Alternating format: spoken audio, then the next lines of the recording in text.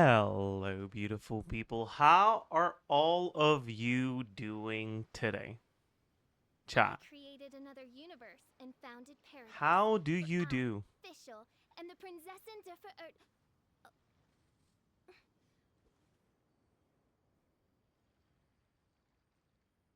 Can I get a planes in the chat, please, and thank you? How'd you sleep? Dude, I went to bed at like 8 a.m., man. It was cooked as hell. Uh-oh. Uh-oh. Why? I just couldn't fall asleep, man.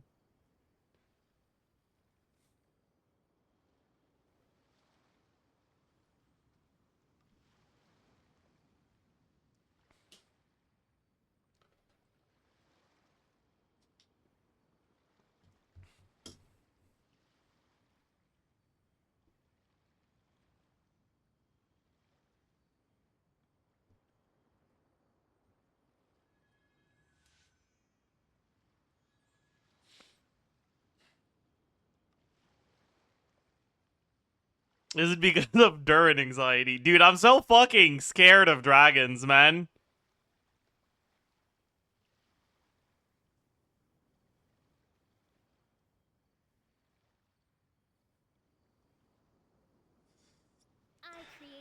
Dragon D's nuts. for I, official and the Prinzessin de Chat, can I get a good one, please? Because that was a very good one.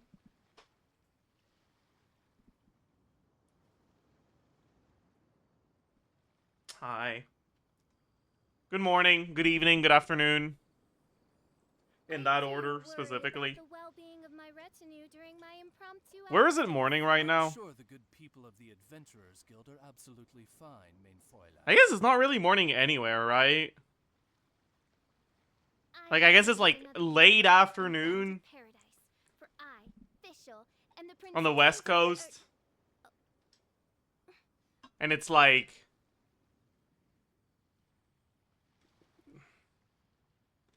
Like, that's not really morning, you know?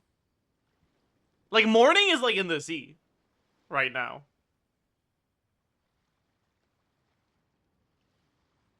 I hear the voice of fate speaking my name. It's 10:30 here in Cali. Yeah, that's not really morning, you know? That's like...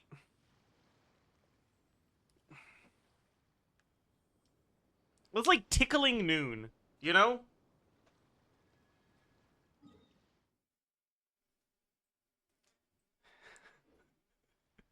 It's a noon tickling time. You know? Agreed, okay.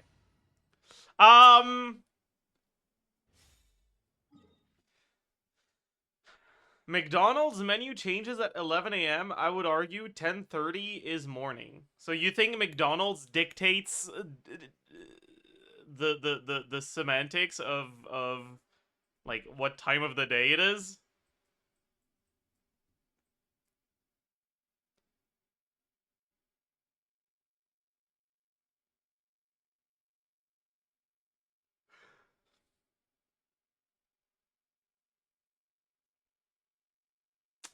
Anyways, I need to spend my resin very quickly. What do I need on this account? I need to prep Durin books. Durin books are ballad. So let's go get some ballad. Why is chat top right? Oh, we moved it when we played Slay the Spire. We can move it back.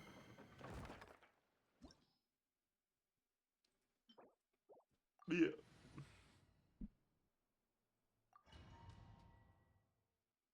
Spend your resin and check the minus 15k? No. I don't want to. You asked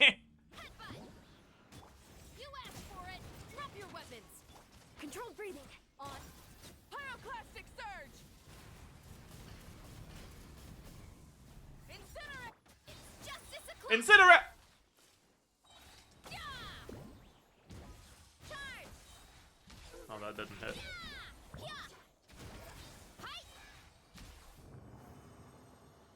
I like how, like, when you swap out of Maoika's, like, charge attack as soon as possible. Full throttle. It's like...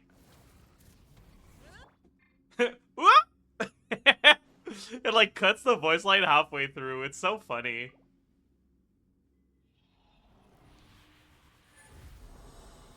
It's quite humorous to me.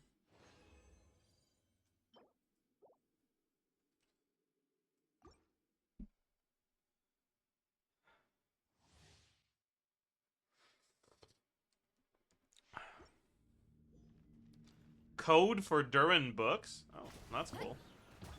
Hands where I can see I'll 'em. claim some of those then. Quick as a flash. Light of the blazing sun. Incinerate.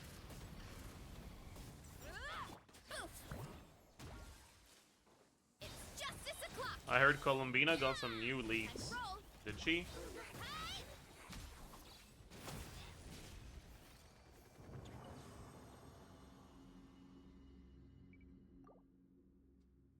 Is Moiko holding a fish?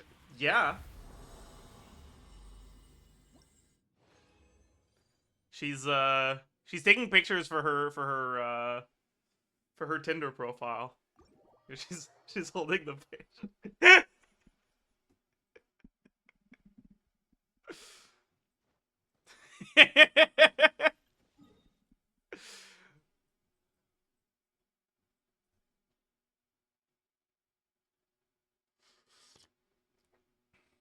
Why are you guys saying spamming question mark? Okay, wait. So can you wait? Can you send the code again? I don't want to scroll.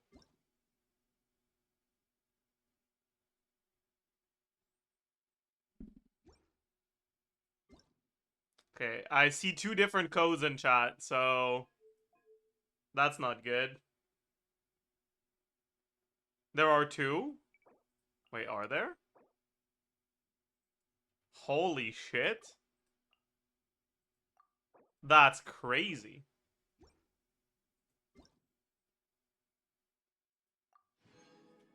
Insane.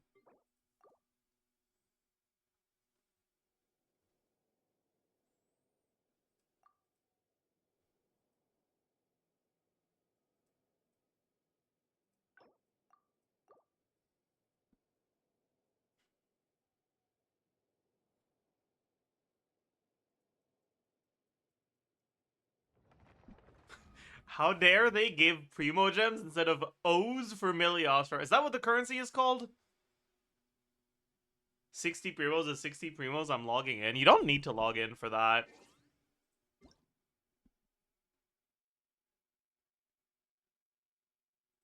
You can go to the website and claim it on the website.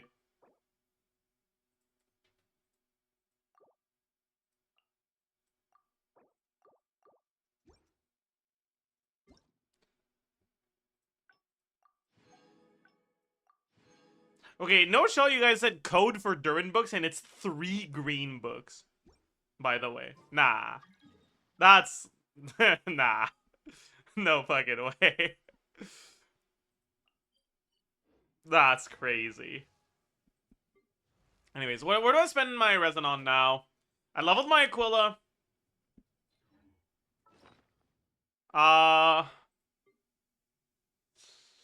What else do I need to level on this account? I'll probably need more favs, so I could level that. Still don't have a fav sword I can level. Could level the fav bow. I don't know who I'm going for next, so I can't really, like, pre-level something.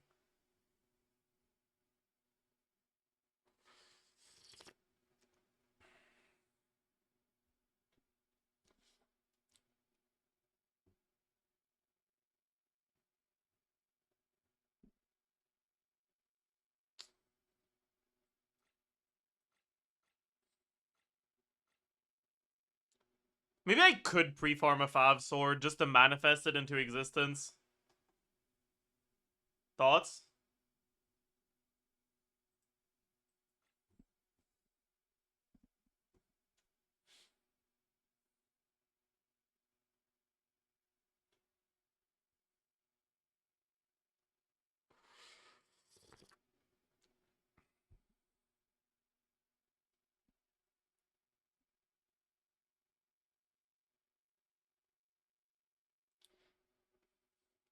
Thank you for the kind message, but also, what the fuck do you mean my content helped you find a job? Like, how?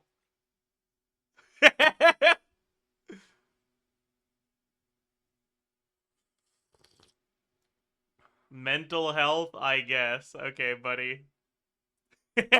Sure, man. If you say so.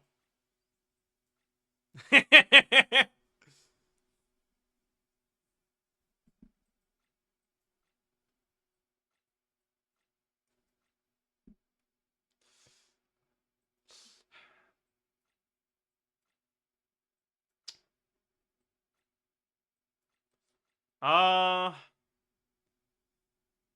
yeah. I guess there is no downside to having more Fab Lances leveled. No, I should... What should I do?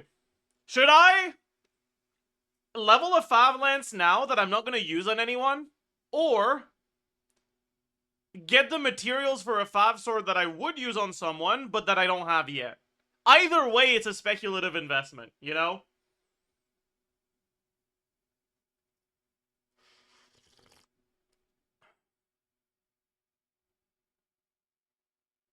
I could also just level the Sack Sword. You know what? Yeah, I can do that.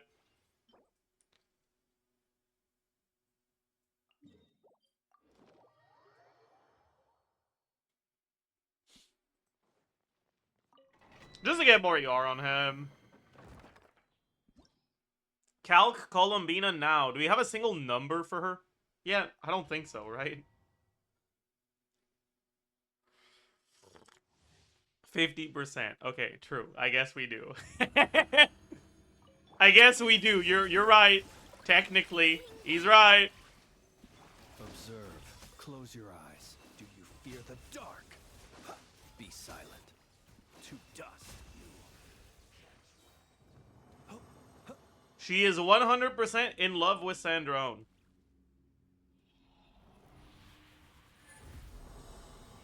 True.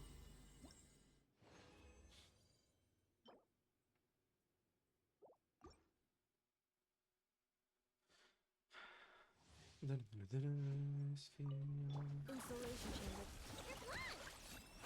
She applies wet. I don't think that's a number. I don't think you quite understand what a number means. Be silent. Night falls. I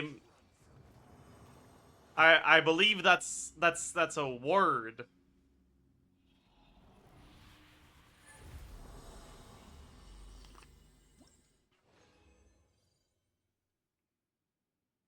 What? That was a single claim. I guess it's doubled, right? Yeah, okay, never mind.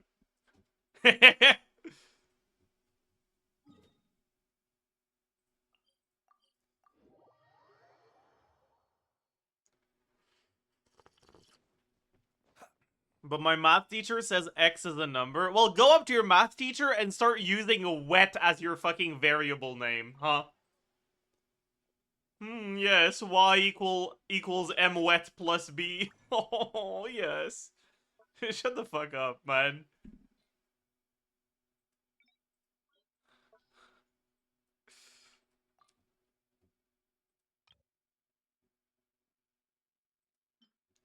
Oh, that's a problem.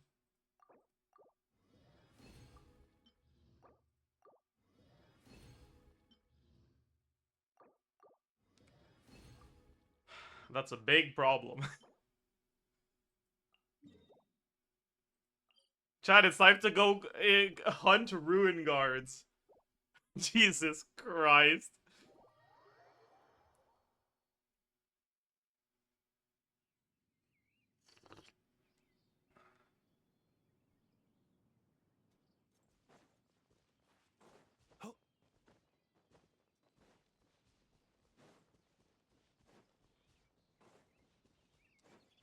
Not doing dailies really screws you on monster mats. I mean, it's just that I've kind of, like, not touched this account other than just farming my resin for the past, like, a while. Defensive mode. Close your eyes. Night falls. Purple.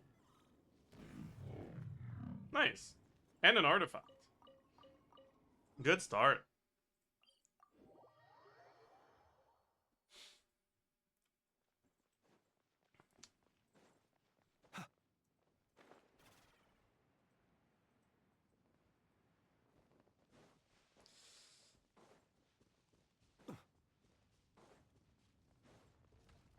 Insulation chamber. You know, I probably don't even need to do anything other than just, like, I know into Flynn's. No purple this time. Tragedy.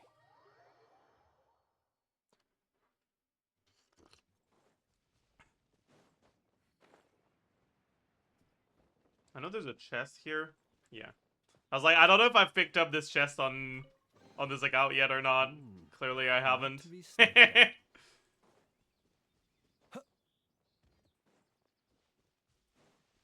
Oh. It's up.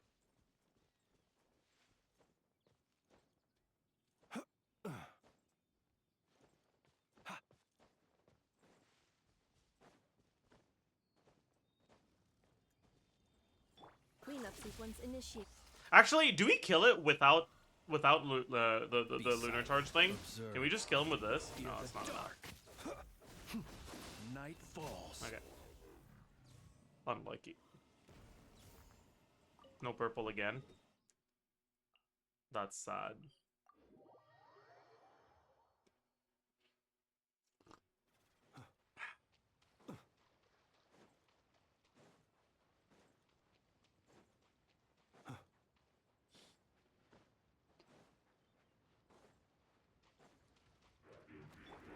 Insulation chamber. Close your eyes.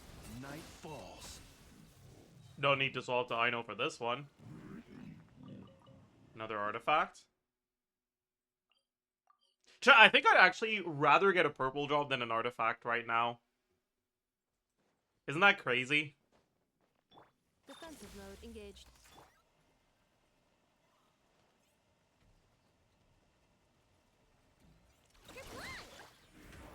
To dust.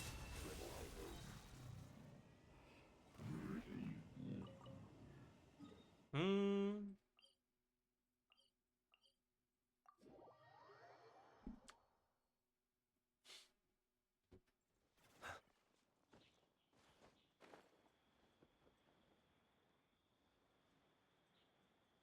Man, it feels so weird being back here.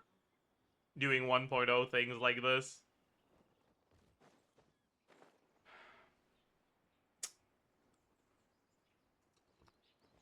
Hmm.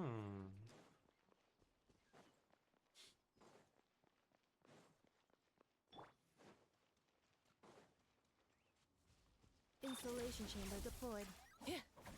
Insulation chamber deployed. Be silent. Do you fear the dark? Purple drop. I tried to go up and look at it at the same time and it didn't work. Why are you narrating chat in TTS? Cleanup sequence in. Yeah.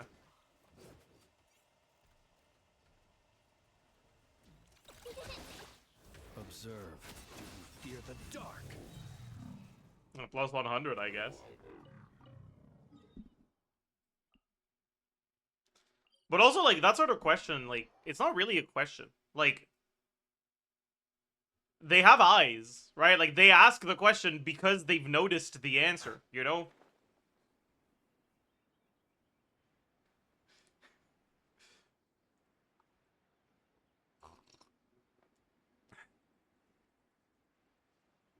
Like that's kind of how that works, you know?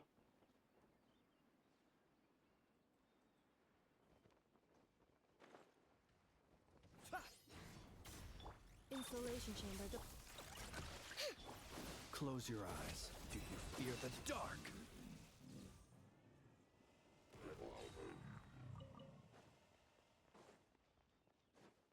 Hmm.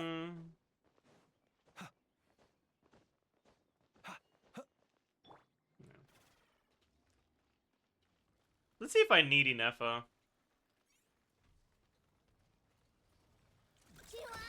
Be silent. Observe. To dust. No, I do not.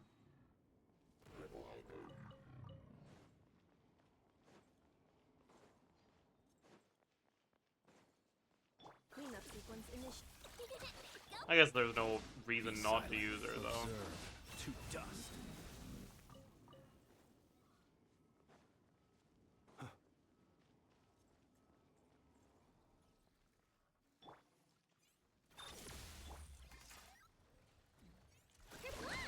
The long sleep beckons.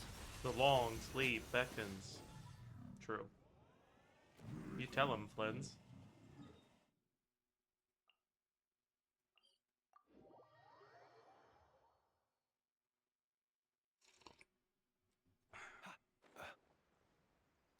Why doesn't Aino lose energy? Because I'm not using her burst?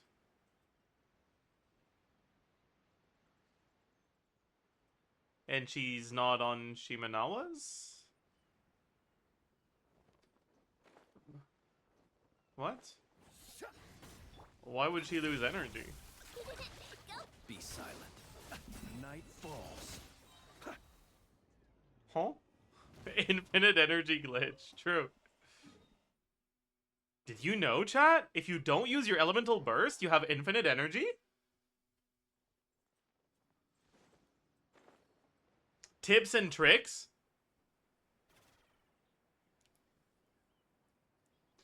10 tips I wish I knew when I started playing Genshin Impact? Insulation chamber.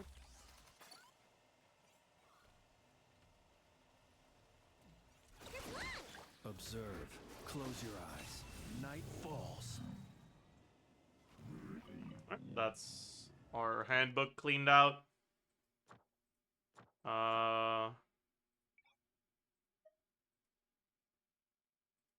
go for these now.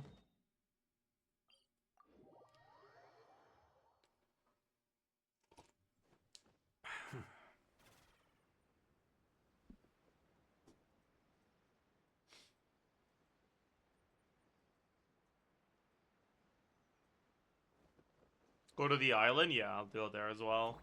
Cleanup sequence. Be silent. Observe.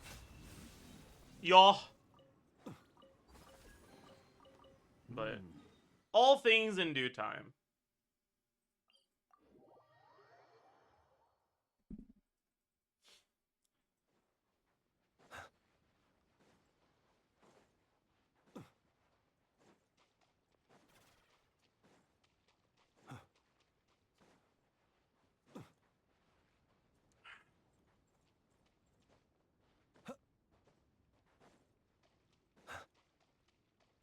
Have I gotten this?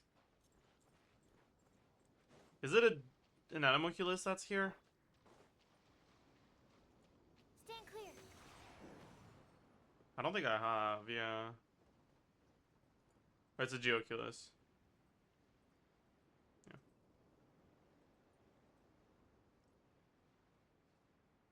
Do I reach? Yeah, I reach.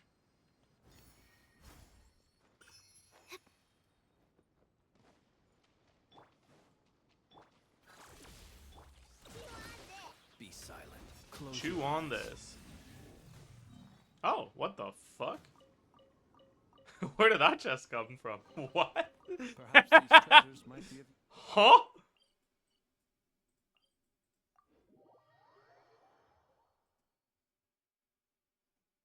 What in the hell?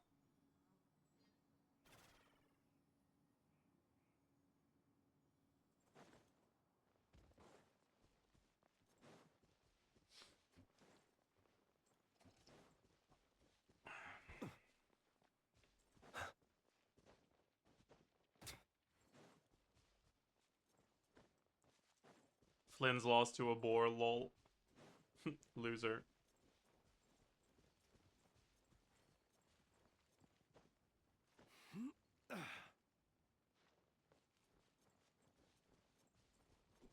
I will take this core lapis.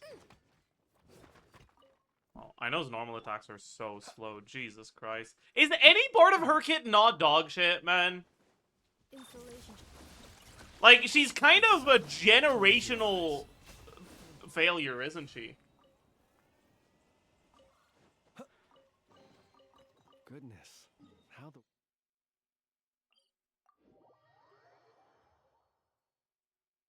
Poor Ino, man.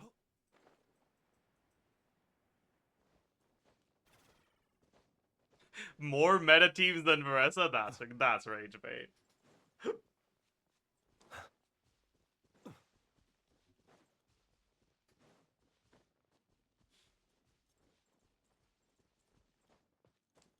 You know, chat, if you really want to rage bait me in an efficient way, alright, instead of saying Ino has more meta teams than Varessa, you should say that just like Varessa, Ino is the worst unit on her teams. Be silent. Close your Because that's eyes. good rage bait. Fear the dark.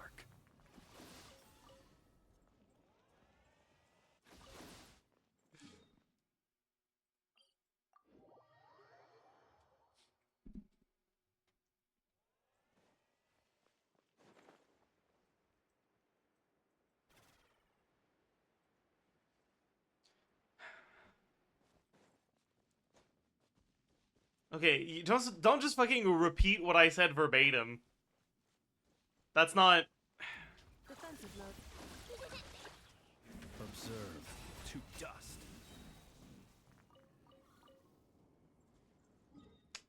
That's not... Whatever.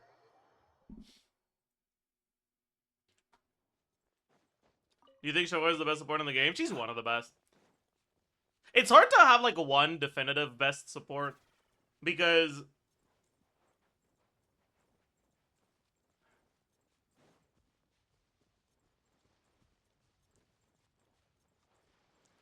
supports just provide too many different things for a one-to-one comparison to be all that meaningful, right?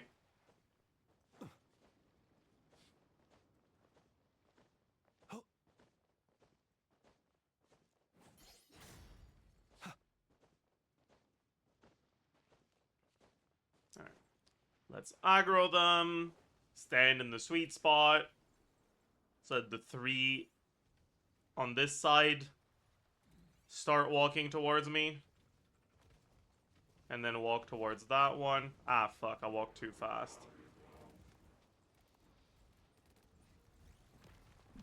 Cleanup sequence in it. Be silent. Observe. It's fine.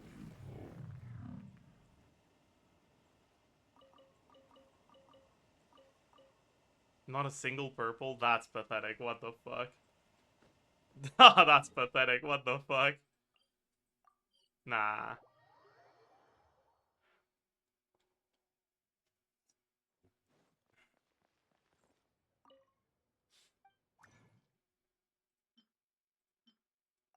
Sucrose?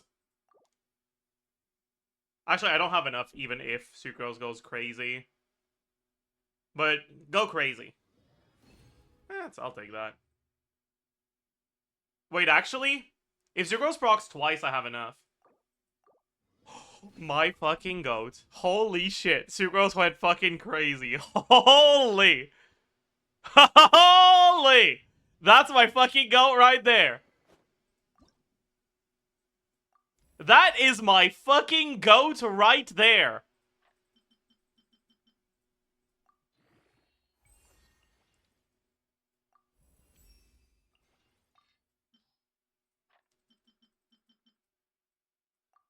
Alright, bet. Why is he leveling Sack? I don't have Fab on this account, and I want to have more ER on Singto. Because I have him on Instructor, right?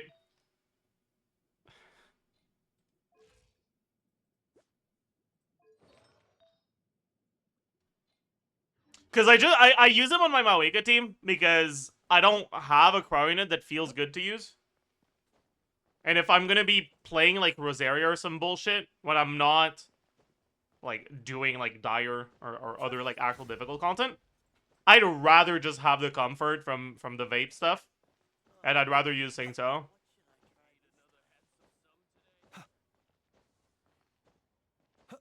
But this is like a burst every other rotation Singto, kind of.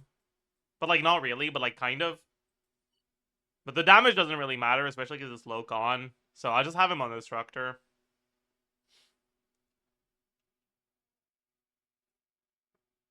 Teapot? Nope. I don't want to.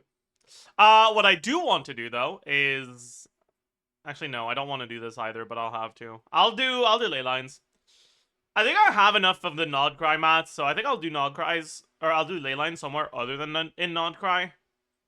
Right? Because like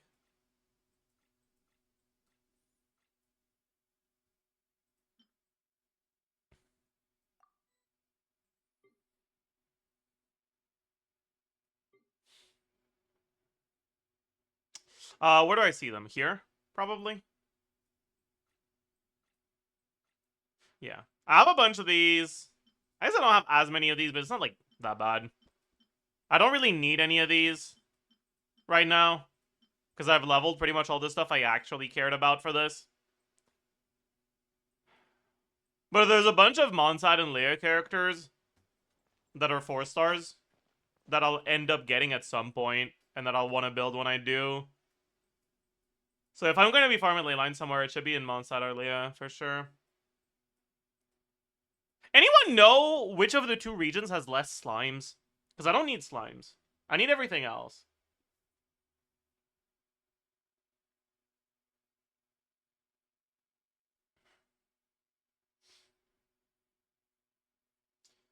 Mona's Witch Quest likely needs a location for which you need the 3.6 desert. Oh no. That's not good. Hey, Lud. Are you here?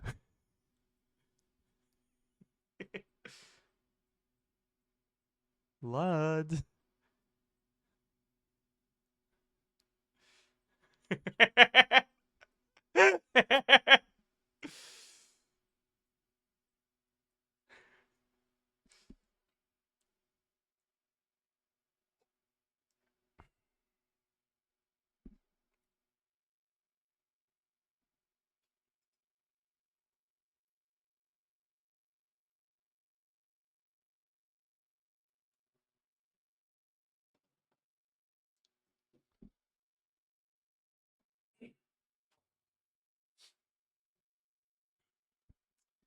Gift me a sub and I'll do your desert?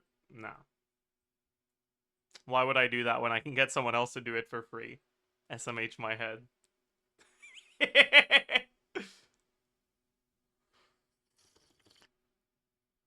Plus $5. It's actually plus like $9, bro. The Canadian dollar is not very strong. It's fine. What do I do, chat? Probably just Mondstadt, I guess. You don't do theater? Maybe we can do IT today, actually. Maybe it's an IT day. You know, it's a fucking gray-looking ass sky. It has a depressing feel to it. The sky is just ugly today. So maybe that is a sign that we should do IT today. But we should definitely spend our resin first. Yeah, let's just do this. Whatever. Oh yeah, doesn't this ley line have like wind current that lets you go up here? No, it doesn't. I thought there was. I think one of the ley lines does. Oh, also.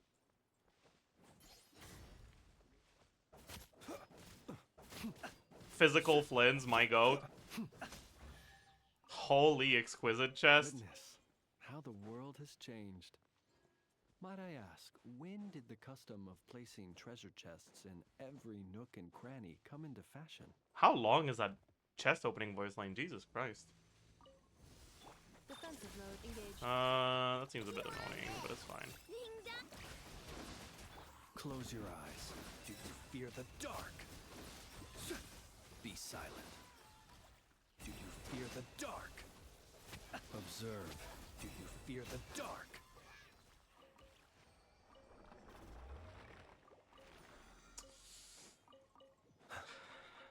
Remember, like, like a minute and a half ago when I said that I need pretty much every mat from Monsad and Leia other than slimes. I remember. That was a good one when I said that. I think that was really funny. It's what they call foreshadowing. Oops. What the hell is this, man?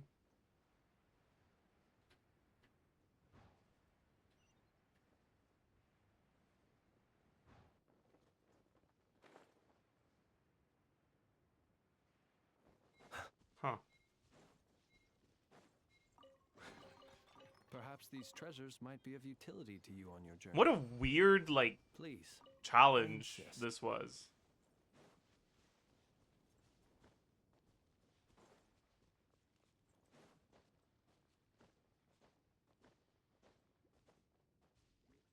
One point oh wind diggies were so ass. I like this more than the stuff we have these days. The stuff we have these days, you can straight up go AFK and it auto-completes. At least with that, you have to actually move, you know?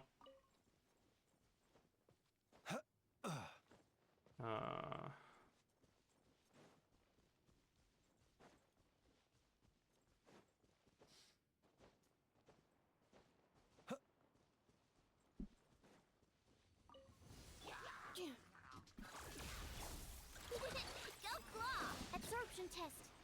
Stand clear. Chat, Close your you know what I kind of want to do? Like, imagine I get an insider source for Hoyo leaks, and I start becoming a rage bait leaker, where I say, like, technically accurate things that are, like, Omega rage bait. Because, like, imagine if every character had, like, a big Hu Tao kind of leak.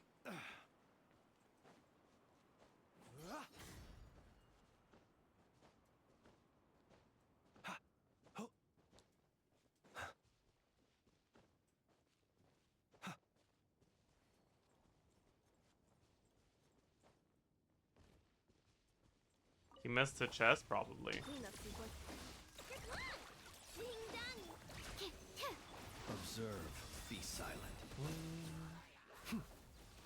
Observe. Night falls.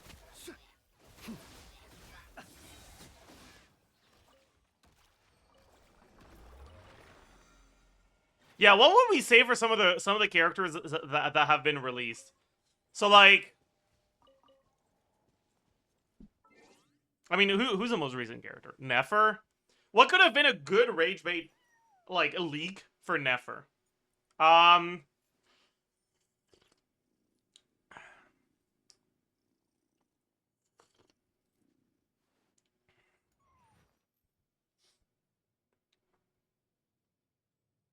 She's an attack scaler. I don't think you understand the concept we're trying to go for right now. We're not trying to be misleading. We're trying to upset people with things that are not misleading.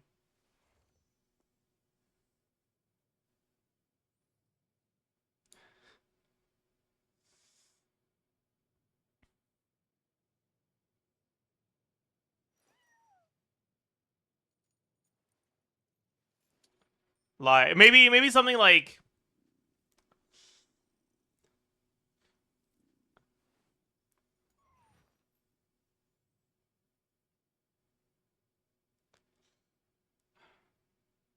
Nefer makes Nilo a side grade to Aino in her best team.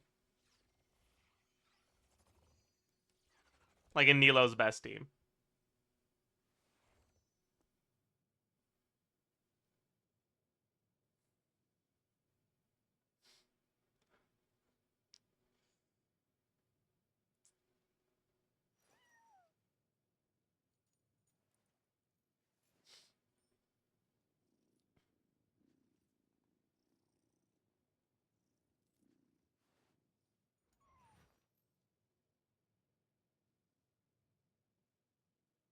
Isn't it actually true? Yeah, that's the point, right?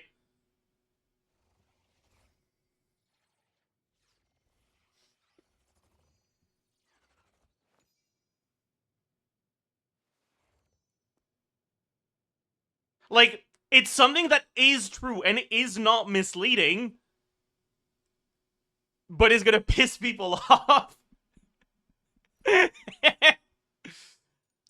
That's what I'm looking for right now. For Flynn's,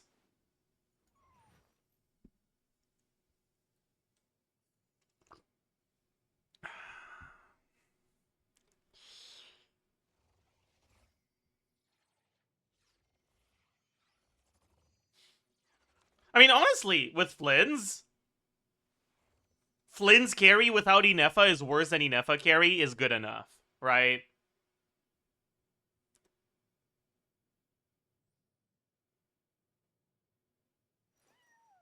Like, that is completely good enough.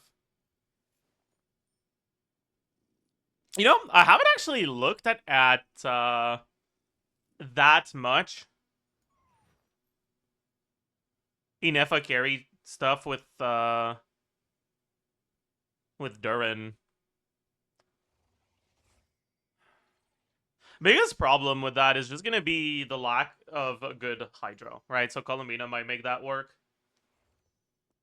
Cause like I talked about this a while ago, but like just in terms of motion value, Flynn's barely has more than Inefa.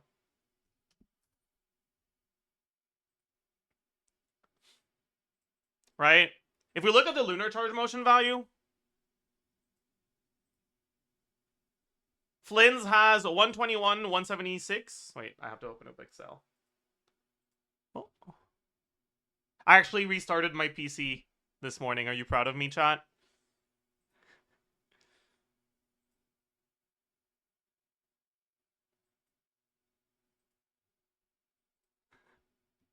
Are you proud of me, chat? Anyways. Yeah, so we got 121.5 and 176.7. Right? Which is about 300 twice. Right?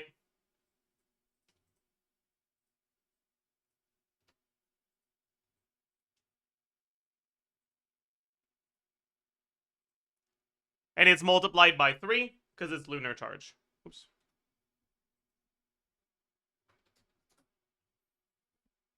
Inefa is 65% times 3 every 2 seconds.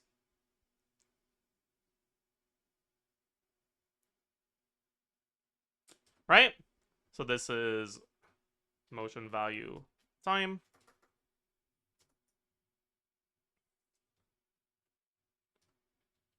Motion value per second.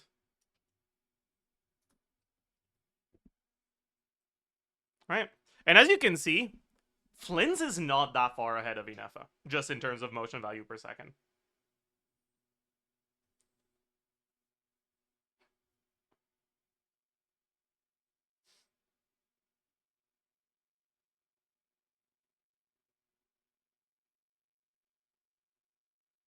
The biggest issue Inefa has is actually that she can't be played with another Inefa.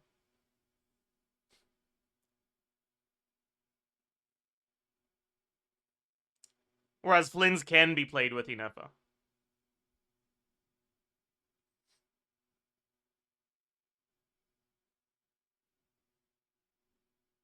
What about Nefer and Llama? Oh, Nefer's motion value is way higher than Llama's. It's very, very different.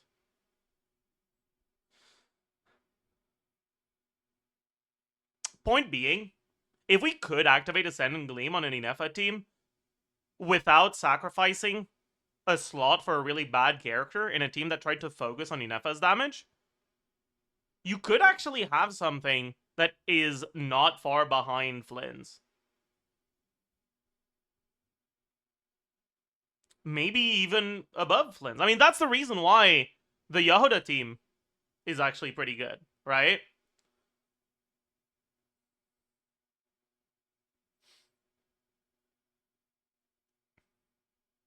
What makes Flynn's function as a carry is that he's a good target for buffs, and he has some stat buffs in his own kit as well, right?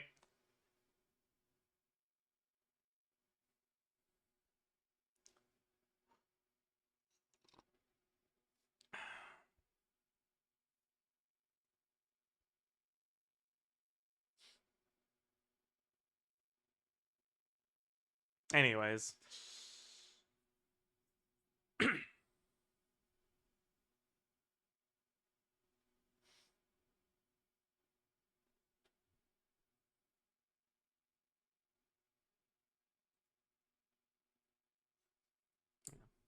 I should actually properly take a look at the leaks we got. I don't think we got anything new since the last time I checked, but I didn't check it on stream, so we can talk about this, right?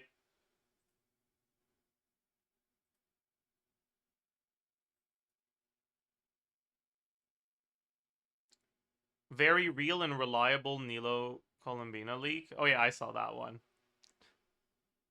Yeah. So, this is what we this is what has been leaked about Colombina so far.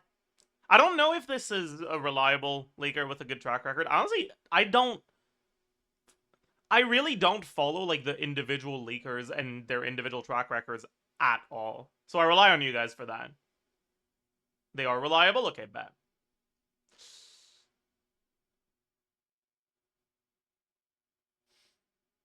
Kokomi is reliable. Okay, let's rein it in a little. Uncle Kokomi is reliable. Please and thank you. Anyways.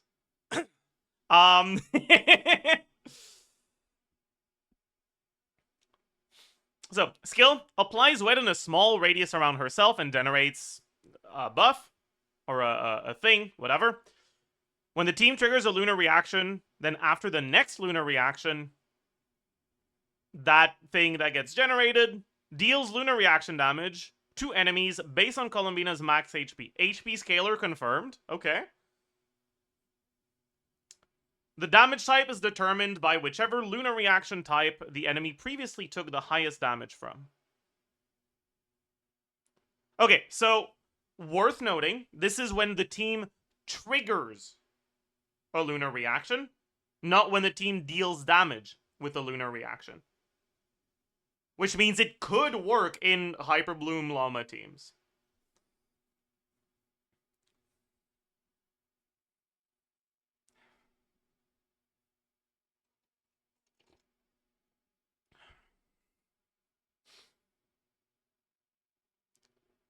And it doesn't mention a cooldown, so I wonder if it triggers on every hit, or if there's an ICD on it. Because if there's no ICD on it, that's gonna be real fucking good for Singto. You know?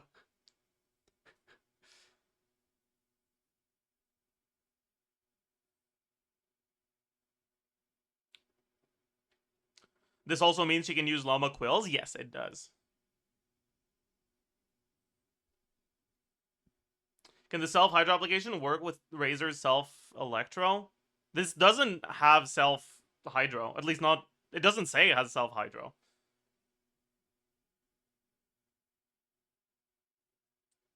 Applies wet? That doesn't mean applies hydro to yourself. Wet is the name of the hydro status. It's also wet on enemies. It's not just on yourself. It's weird because other elemental auras don't have names, but Hydro Aura does.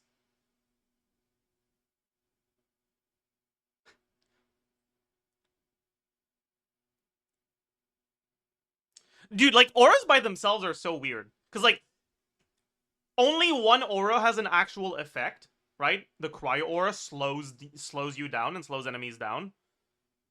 Then only one aura has a name. The Hydro Aura has a name. What is actually a reaction? That makes sense. Like, applying Hydro... The wet text appears when you apply Hydro as an aura. So I guess it's probably coded the same way as a reaction of, like, something that happens when you apply Hydro on an enemy that doesn't have aura.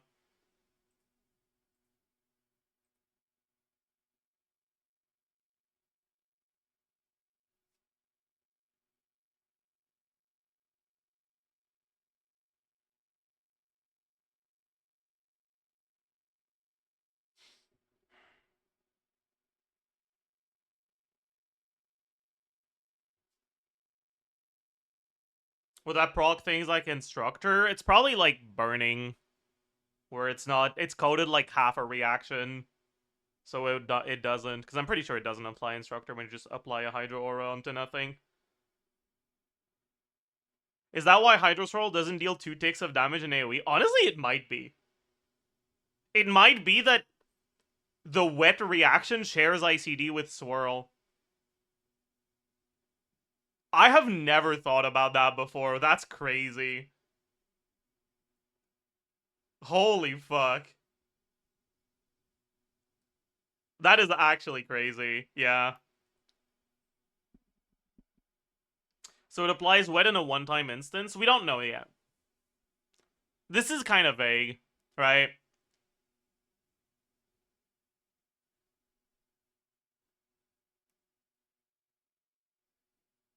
Because we don't know for a fact that the description of XX here is all that XX does. Also, by the way, fucking stupid ass name, alright? It sounds like I'm censoring a fucking... something that's not safe for work. Like, don't call them XX. Like, call it something else. But whatever, okay? Let's just call her turret or whatever, right?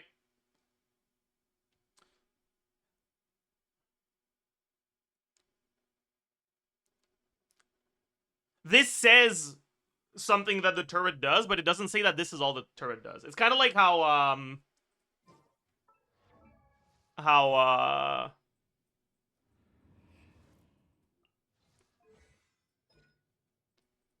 undone be thy sinful hex describes one of the properties of Oz, right? Like if they leaked this passive for Fischl, you might not realize that Fischl has off-field application without reactions.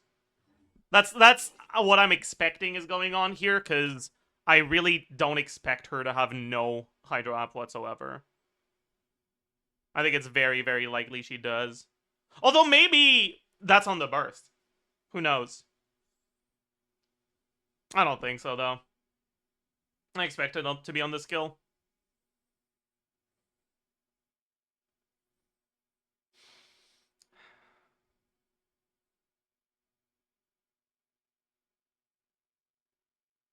Colombina turret extra hit whenever a lunar reaction is triggered. You know, I wonder how exactly that works. Because with lunar charge, for example, would it trigger on the would it trigger a coordinated hit on each instance of talent lunar damage? Would it trigger every time that you get the reaction trigger condition for the artifact sets? Or every time the lunar reaction itself does damage? Because, like, when you apply Hydro or Electro onto an enemy that has Lunar Charge on them, it triggers a reaction. No matter what. Every single time it triggers a reaction. It refreshes Instructor or whatever reaction, trigger conditions you have. And if that's how it works, then her kit would incentivize, omega fast application. Right? Because every single application would trigger a reaction and trigger this passive.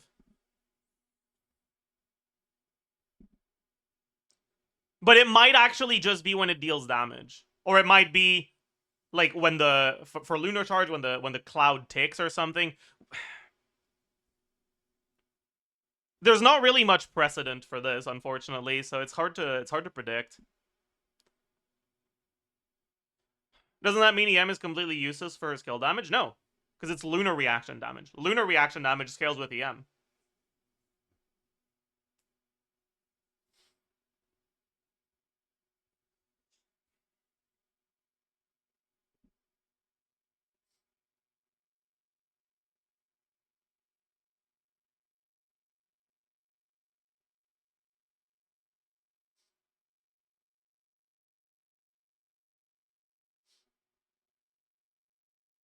Isn't she dealing direct lunar damage scaling off of HP? Yes, but Flynn's does direct lunar damage scaling off of attack. Does that mean he doesn't want EM?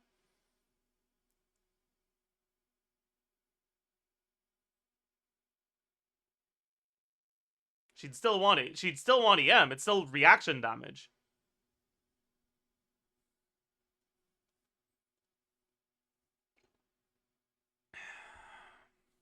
That thing probably has cooldown anyways. It might, yeah. I'm gonna be honest, I'm excited. Because pretty much no matter which direction they go with it, there's gonna be a lot of, like, interesting interactions. I just hope it's not, like, a 2-second cooldown on this or some shit. Because if it's, like, a 2-second cooldown on this, it's just really boring. Yeah, but, like, if it works like Oz, like Fischl A4, where it's a 0.5 second ICD, that could be so interesting. Like, it would add so much, such a massive dynamic element to the team building, and, like, elemental application in general. Wouldn't that be so broken? I mean, it depends on how much damage it does, right?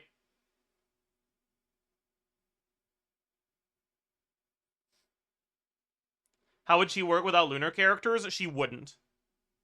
It seems like Columbina just does not work by herself.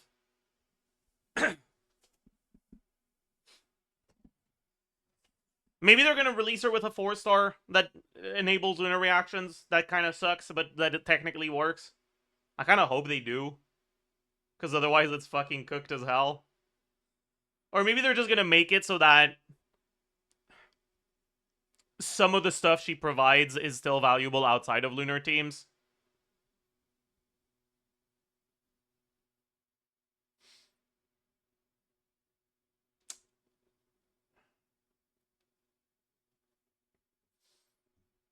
Can you at least say you're not interested in Columbina's kit? You'd curse her kid before beta even releases? I'm sorry. Lunar MC maybe? Oh, that's true! We could get a Lunar MC. That's actually true.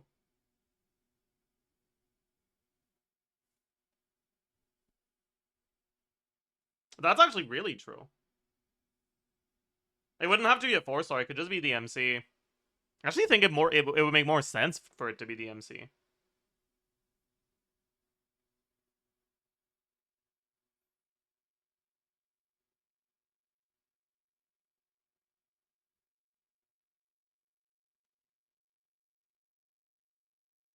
Yeah, I just think the idea that a 5-star character can be completely worthless if you don't also get another 5-star character. Like, not just they're a lot worse, but, like, straight up half of their kit does not work. That would be really bad. Like, imagine if they released Maoika without a single 4-star Natlan character. Or Pyro MC. And then you had to get another Natlan 5-star in order to use Maoika's burst every rotation. Like, you straight up had to. Right? Like, that would have been fucking terrible. Because right now, none of the Nodcry 4-stars actually enable lunar reactions. So if Columbina doesn't do that either, we need another character that does. That's available to everyone. And honestly, it shouldn't be a 4-star that, unless they, like, it shouldn't be a new 4-star either, unless they also give a copy for free. Right? So I feel like MC would work. And they don't even need to make it good. They can make it completely dogshit, and I don't, like, obviously, I would prefer if it isn't. But it would, the issue I would have with that would just be a balance issue. Which is inherently different, right? I think design-wise, if there's a character that has a massive part of their kit that is straight up literally impossible to activate without pulling for another limited 5-star, that's really, really bad. Right, like, I was pissed off at Nilo because there weren't a lot of synergistic characters. But that's nothing compared to this, right?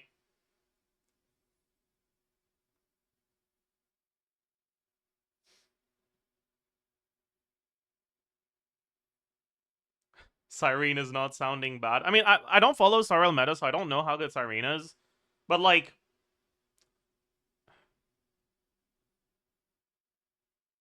how good is Cyrene if you don't have any of the characters that she buffs? Also, does she buff any of the characters that, like, people should be expected to have?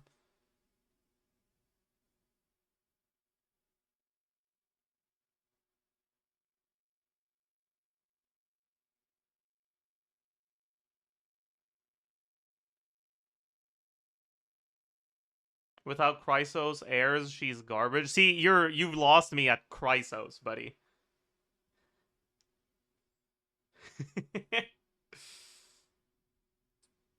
She does buff Dunhung, who is free. Oh, I see. But is the buff like not very good for her?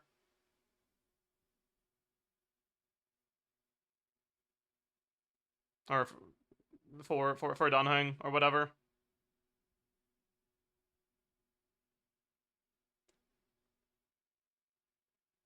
I mean, okay, listen. At the end of the day, right? The very fact we're comparing it to Star Rail is not a good sign.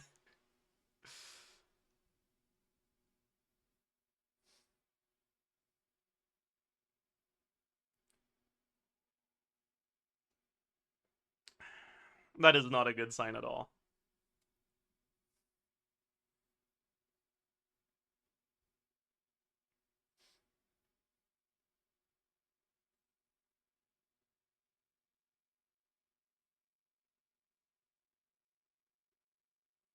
By the way, chat, does does the way that her kit function change based on who she's paired with, or are her numbers just like way better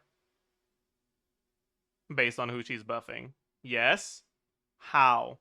TLDR it for me.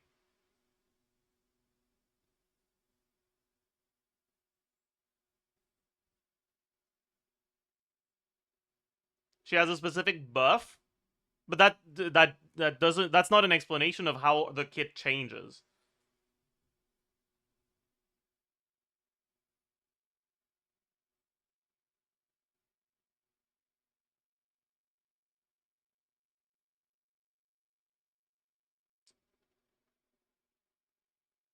Her kit doesn't change.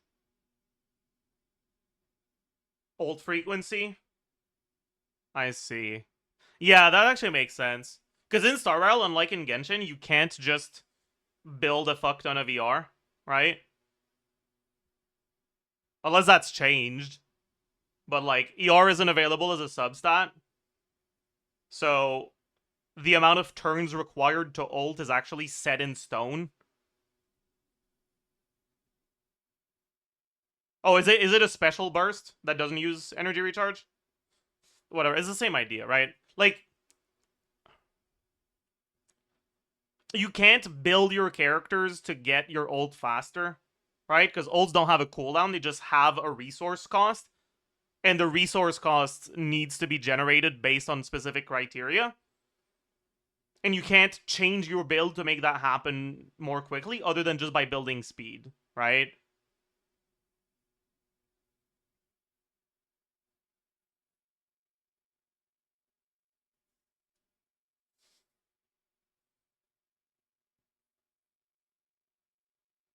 And so a character getting their ult more quickly actually does change their core gameplay in Star Rail, right?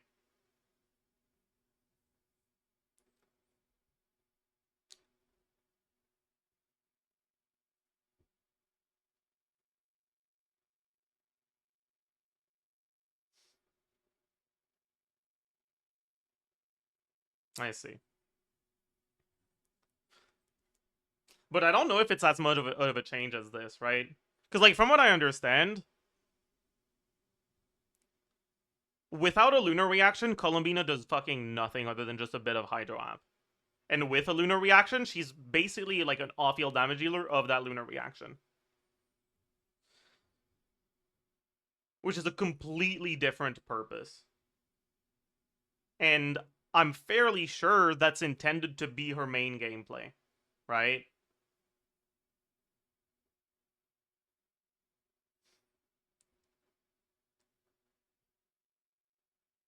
Like, I'm pretty sure that's supposed to be the main thing you're supposed to do, right? That's gonna be what she's balanced around. So if you don't have another a character that enables lunar reactions, she's effectively not a character, right? Like, she's not just a bad character, like, she effectively does not do what her kit is supposed to do. Which might actually be worse than Cyrene's stuff. Right?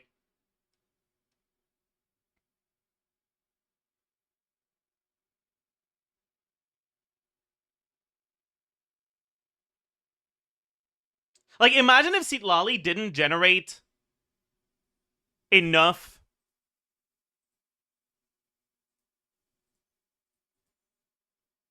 Wait.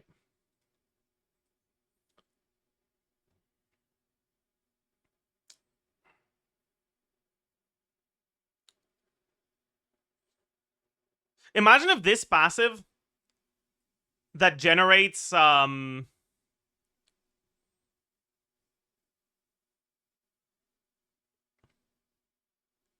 this passive that generates Night Soul when you trigger Freeze and Melt only gave Night Soul if the character that triggers Freeze or Melt is a Natlin character other than her. And she didn't get the 4 Night Soul from this. So without another Natlin character, you'd get 48 Night Soul and you wouldn't activate her off-field cryo, right?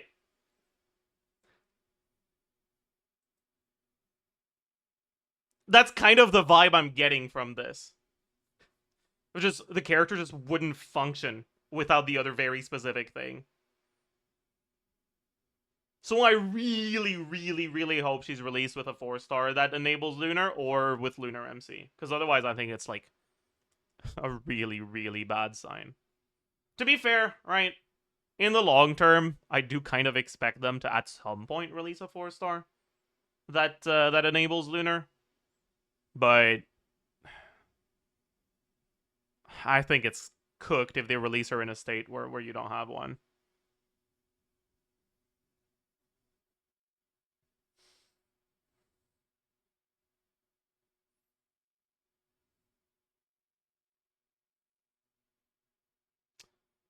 How big will her burst buff be? Do you expect? Like Farina's 75% buff? There was a different league that said 50%. I don't know how reliable it is, but honestly, I can believe it. Right? 50% isn't as big as you might think, because you get so much EM and damage, reaction damage multiplier in those Lunar teams. And from what I'm looking at here, it seems like she's supposed to be a damage dealer. So I wouldn't expect her to have a buff that's that big. I know it's 35. Yeah, I know it's 35 with 80 EM, right? 50% is going to be very similar. Maybe a little bit better. Maybe a bit worse on Nefer because she's an EM scaler for the personal damage of the on-fielder. But she's going to have actual personal damage herself. So I don't expect it to be much more than 50%. Otherwise, it's kind of going to be cooked.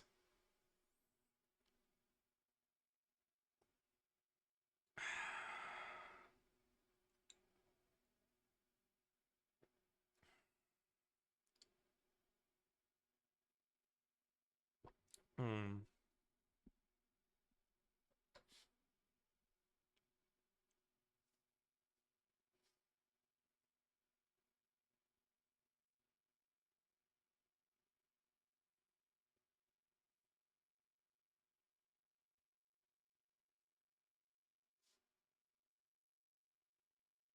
Is her enabling Lunar herself not a possibility? I mean, it is, because none of these leaks are, like, really finalized. But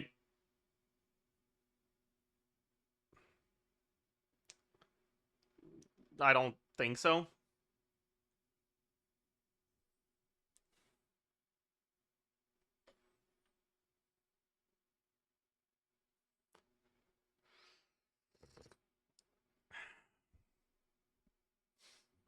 Hmm.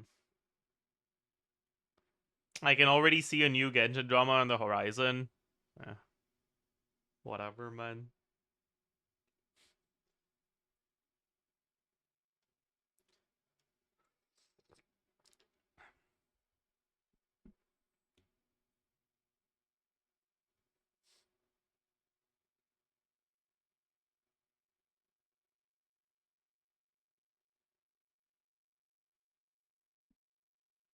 It's fine.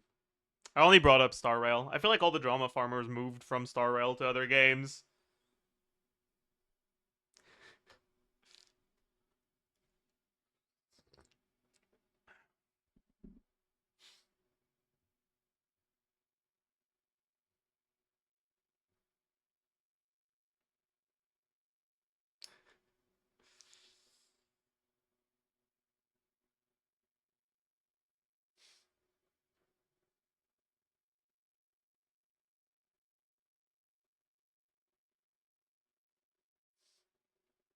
I don't get gacha tribalism.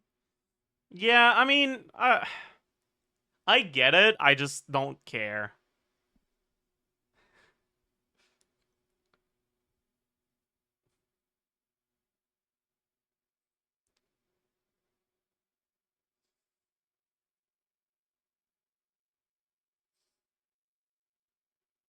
Would she be broken if she enabled all lunar reactions? We don't know what the fuck her numbers are yet, so no clue.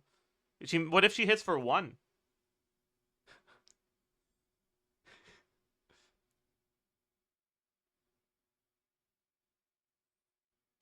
Like, what are you gonna do if she hits for 1?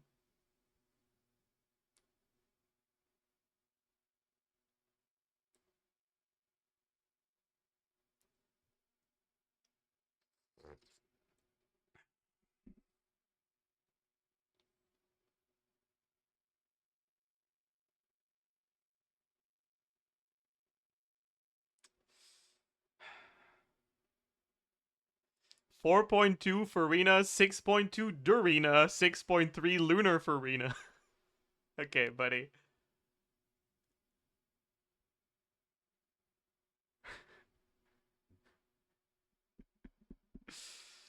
Is the IT today was a lie? Maybe, yeah. The more I read, this feels like Naida 2.0. I heavily disagree.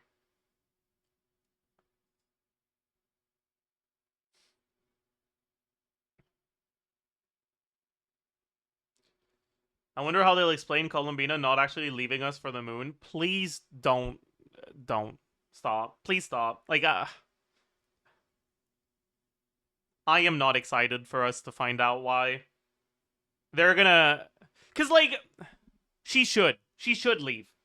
It's a natural conclusion of her characterization. But they're gonna fucking come up with a contrived reason why, oh no, actually, you're such a good friend, the traveler.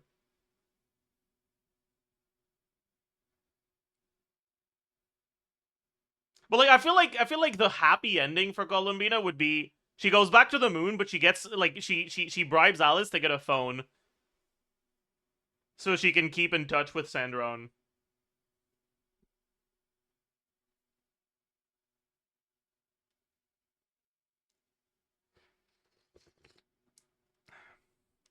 I guess it doesn't need to have a happy ending though. So if we're looking at like unhappy endings that would be like satisfying, that wouldn't feel contrived. She tries to go back to the moon. The moon is fucking dead and gone. She can't do shit. It's Jover. And she finds solace and comfort in Sandrone's arms. It's because she's in a bad mood, you know? True and real.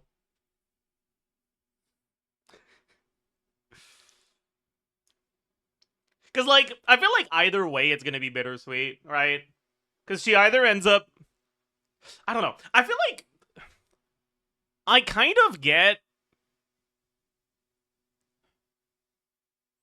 I feel like Columbina's desire to go back to the moon is, like...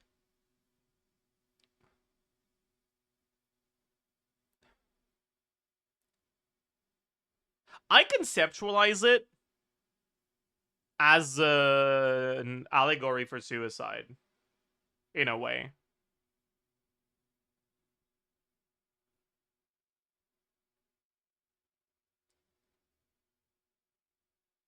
I feel like she's got like a very anti-natalist vibe to her. She should feel that way with that kid. Okay, so Luna, calm the fuck down. My god.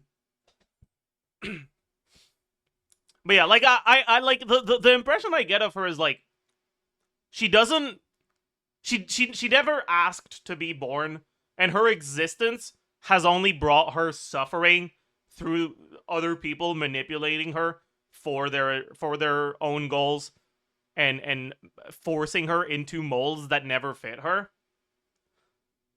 And I feel like the two like main ways you can take a story like that is either fucking sad ending, kind of. But like, you can either have her commit or change her mind, right? And I don't know which one would be the happier ending.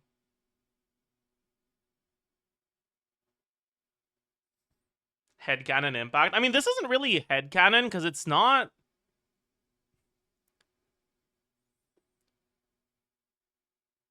These aren't things I believe about the in-universe characters.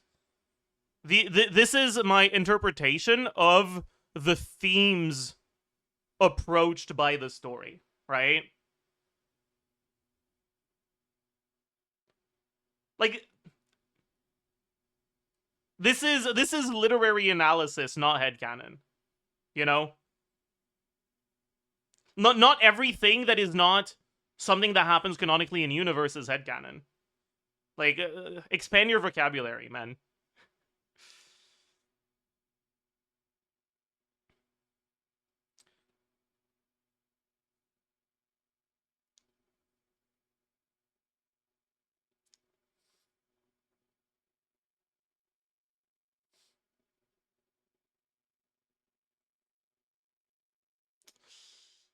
The biggest problem is because Genshin is a gacha game and we know she's going to be a playable character, it kind of limits what I expect them to be willing to do, right? So I feel like it makes things a lot more predictable, which makes things more boring.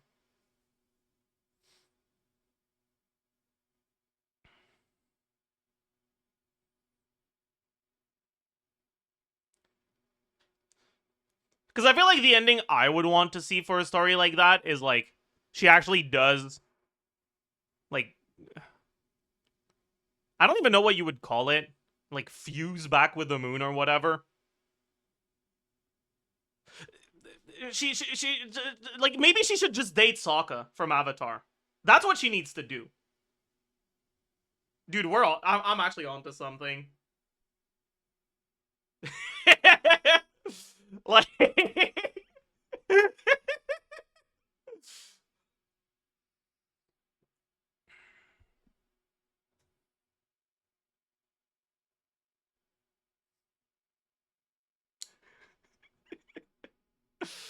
oh.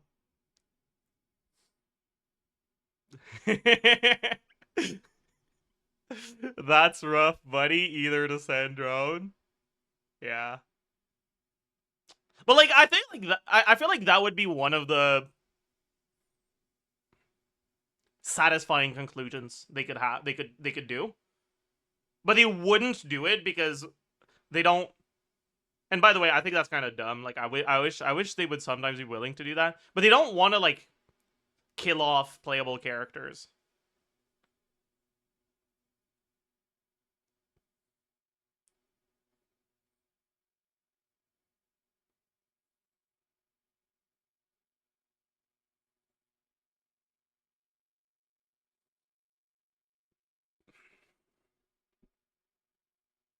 But like, I don't know what would be a satisfying conclusion to her storyline if that's not a possibility. Like, should they make her give up on wanting to go back to the moon, or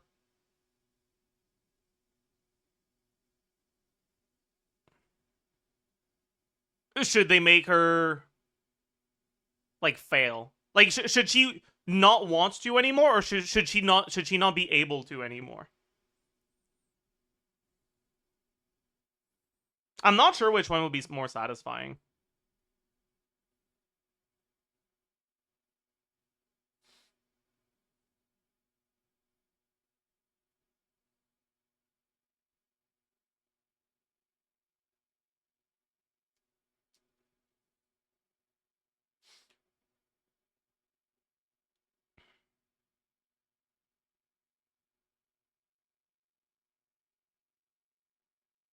She doesn't need to go back to the moon if she gets accepted by Tavat. Yeah, but I feel like the way she was been characterized so far, it's not just like the fucking supernatural magic bullshit of, oh no, my existence is being denied by the world. Like, that part I just could not care less about. right? The part I actually care about is the way that her interactions with the people of Tevat have jaded her perception of the world. Like, it's clear she doesn't. It's not just about being accepted by the metaphysical magic leyline bullshit into that. It's also about being accepted by the people. And that's kind of started, but I feel like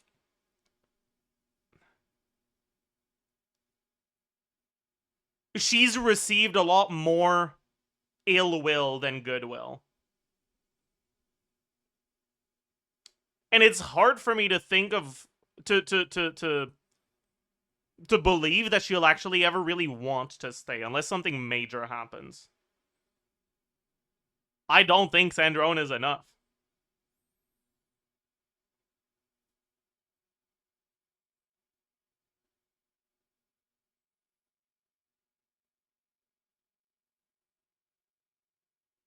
Have you done the Columbino weeklies? I haven't. So keep that in mind, right?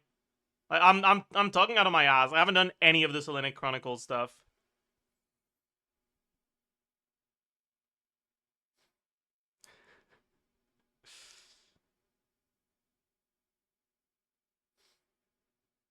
Maybe she becomes a full moon and can easily travel back and forth. I hope not. I think that would be a very disappointing ending.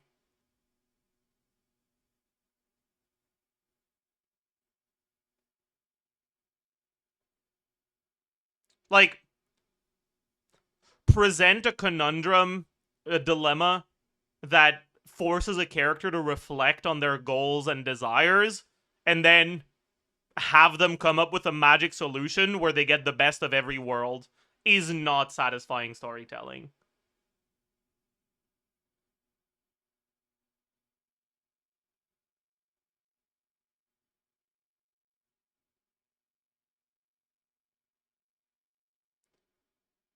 Put the fucking lion turtle back in the bag, man.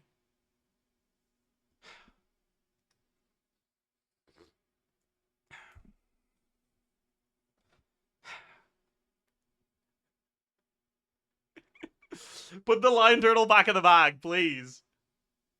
The what? The lion turtle. It's the my one big issue with Avatar: The Last Airbender is the incredibly contrived way Aang solved his moral dilemma.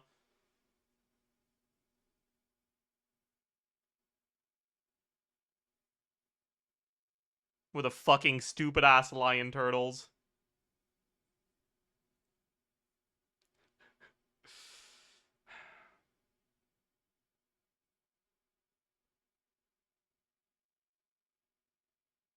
Should have just killed those. I don't think so. I like the dilemma itself. The dilemma was great. Killing Ozai from Aang's perspective isn't just... And yeah, spoilers for Avatar: The Last Airbender, by the way.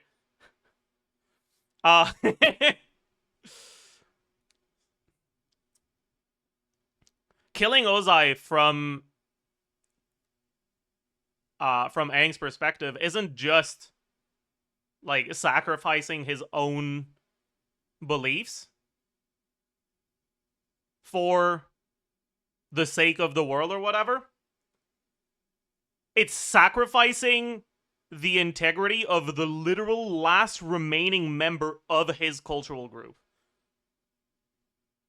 He feels a duty to the air nomads because he's the last one. And so a decision that compromises his moral principles that are a natural, like, not natural, that are like inspired by his culture isn't just a sacrifice that he makes, it's a sacrifice that his whole culture makes.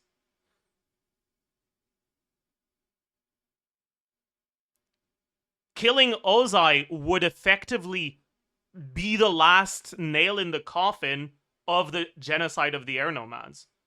because he wouldn't be an air nomad anymore if he did.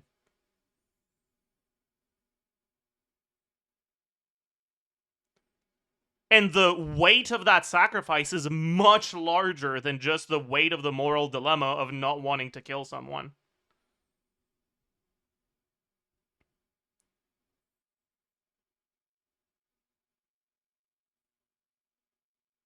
So I think it's a very interesting dilemma.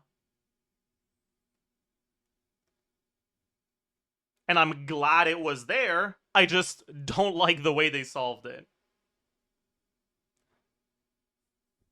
But an air nomad told him to do it.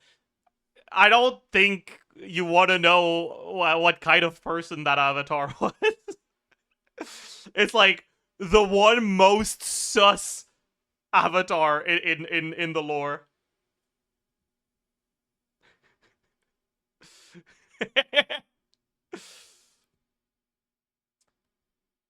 But also, that avatar can't understand his perspective. That avatar hasn't lived through the genocide of the air nomads. He has.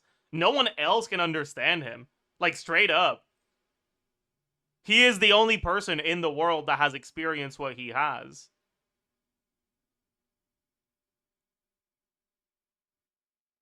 That's why the Avatar is trying to convince him to kill Ozai was a good plot element.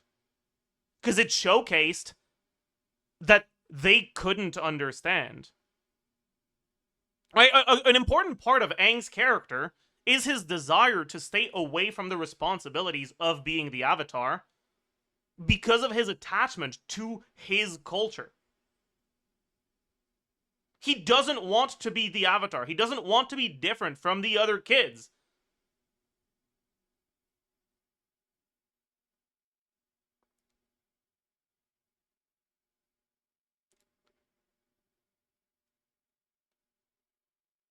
And then every other air nomad gets fucking murdered, and he's the last remaining one, and you want him to prioritize his Avatar duty over his culture? It's such a fucking... It's such a heavy burden for him. And, like, don't get me wrong, right? If I were in that situation, I'd just fucking kill Ozai. But what makes good stories isn't necessarily characters acting in a way you agree with. It's characters acting in a way that makes sense and is interesting narratively. And Aang does. Until the problem gets magically solved for him by the lion turtles. Which is the problem. But oh well.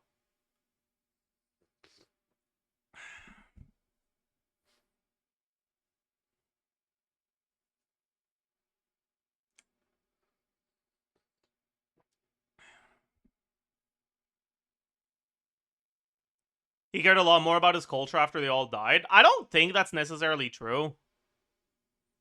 Like, in the flashbacks you see how sad he is when he starts getting, like, left out because he's the Avatar.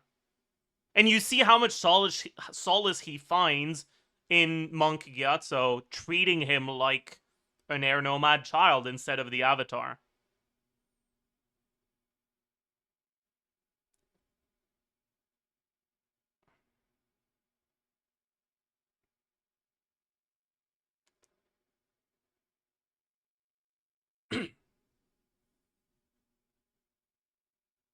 Yeah, like, being kind of a goof isn't a departure from air nomad traditions. Right? Like, we have this perception because air nomad culture is inspired by Buddhism, that their culture is just all about, you know, the fucking self-discovery, meditation, just being chill, you know? But the air nomad culture is not Buddhism. It's a fictional religion / culture that takes inspiration from it. And the children in the monasteries don't act like monks at all. And that, like, goofing around is encouraged, even. That's what Monkiatsu is.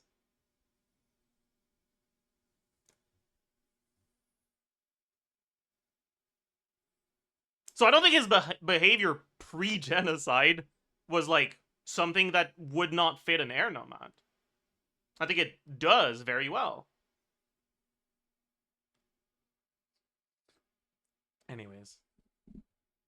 Avatar The Last Airbender is good, but the lion turtles shouldn't exist. Or at least, shouldn't be used the way they were in the story.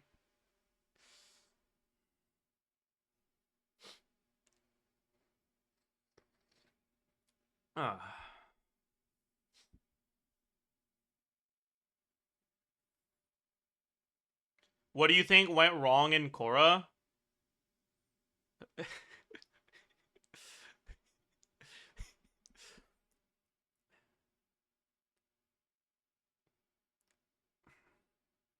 I don't know how to say this in a way that doesn't sound really weird. The creators went full liberal, basically.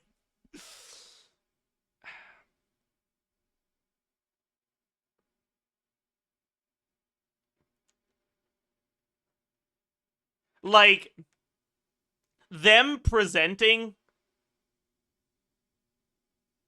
That was not the problem. Oh, it really was. Them presenting actual relevant societal issues and then just taking the fucking stupid ass status quo preserving path every fucking time. Right?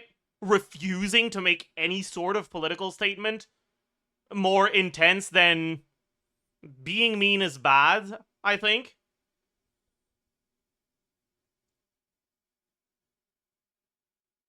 Yeah, like I'm not saying they went too liberal, as in they should have killed more minorities. You know, I'm saying the ways in which the creators' beliefs adhere to very centrist adjacent ideology prevented the stories they had from truly delivering on their potential.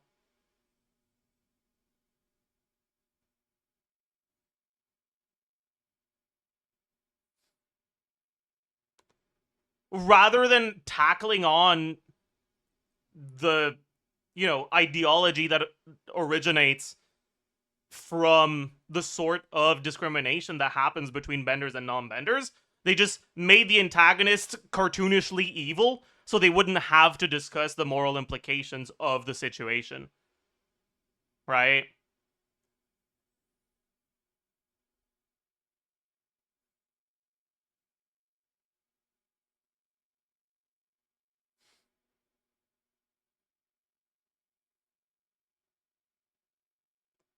And all the worst parts of Korra are a result of that. The ball they dropped with Amon was just so fucking massive, man.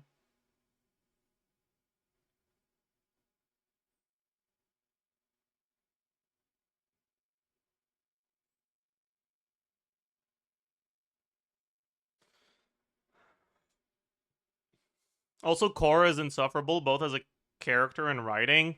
I mean, I do think Korra is kind of insufferable, but I don't think that's inherently an issue, so long as they use that well. The problem is that in order to use that well, they would have needed to tackle the political themes more strongly, and they didn't.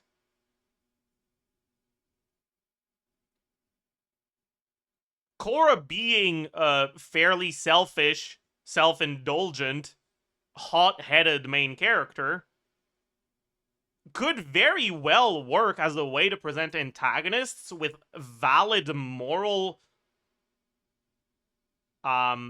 disagreements with her that force her to reevaluate the way she sees the world. But they just didn't do anything with that.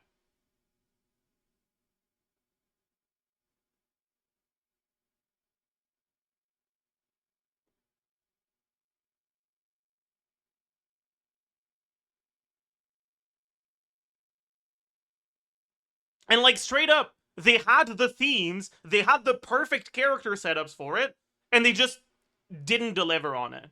So I'm like 99% sure that somewhere in the writer's room, someone said, we can't be making a political statement that's too strong, please tone it down. And that's what ruined the show. Because the setup for it was perfect. And then it just didn't go anywhere. But I feel like you can't end up with a setup for it that's as good as the setup for Korra was by accident. You know?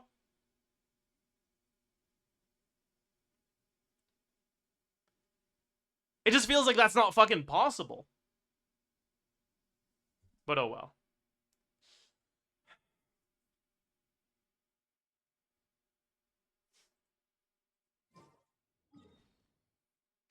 Oh well.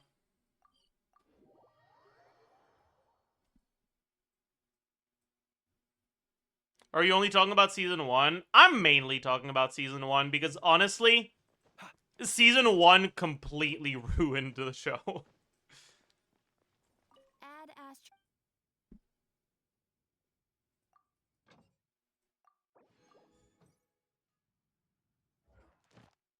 Surely we do IT now. Klugi.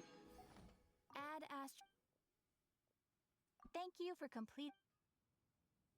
Season 2 ruined the show. Which one was season 2 again? Was that the Unalak one? Is it worth going through season 1? Does it get better? Not really, no.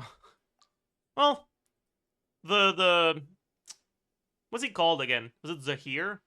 Or whatever? The Zahir arc was fine.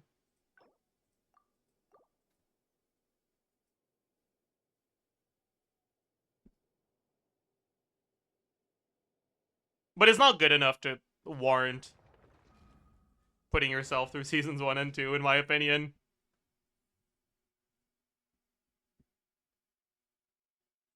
Season 1 was really fucking good up until the villain turned out to be cartoonishly evil. And then it was the worst shit you've ever seen. And season 2 was dog shit garbage the whole way through.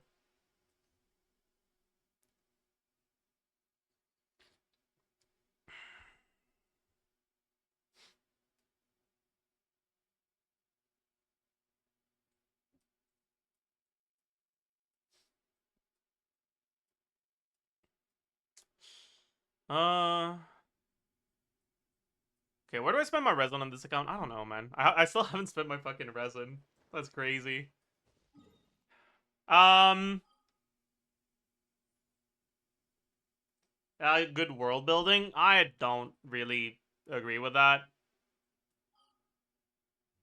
I feel like people often confuse good world building with a lot of time being spent on world building.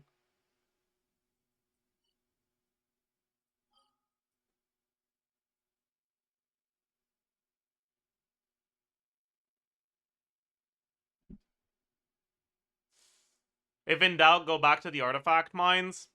Meh. Double material event? Yeah, but I already got that. And I feel like...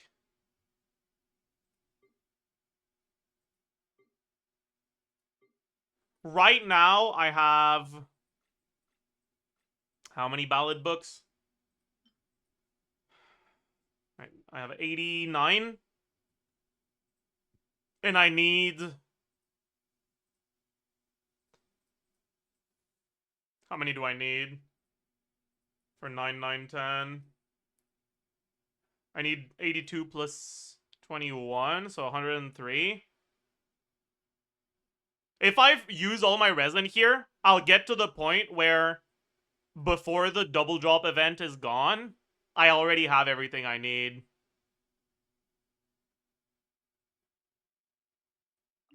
I should actually go check if I get lucky on my conversion right now, because it might change how long I farm this. Hmm.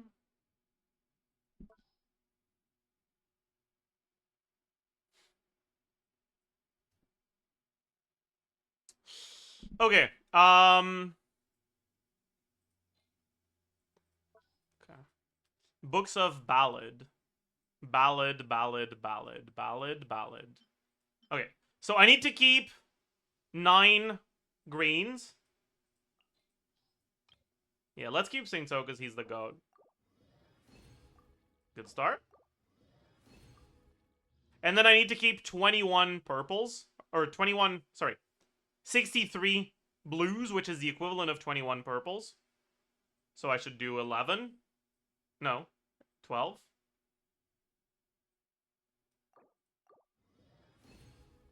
Hmm.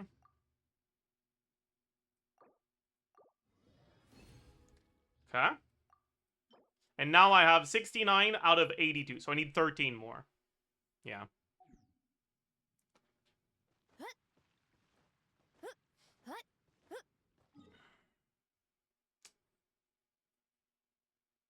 Chat.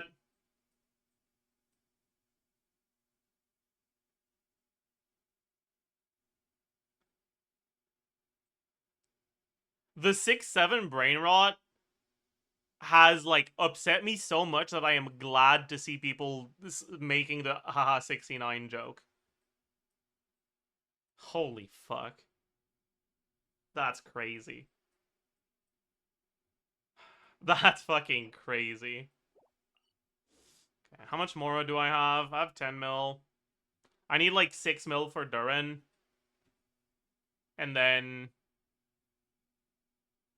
What about Yoda? Let me think. What am I gonna do for Yehuda? Probably getting the burst to 6. Not giving a fuck about this. Am I getting her to level 90? No, not much of a point, right? I guess if she triggers overload reactions, I should. But I don't have Inefa, so I don't know if I'll actually play her in those teams.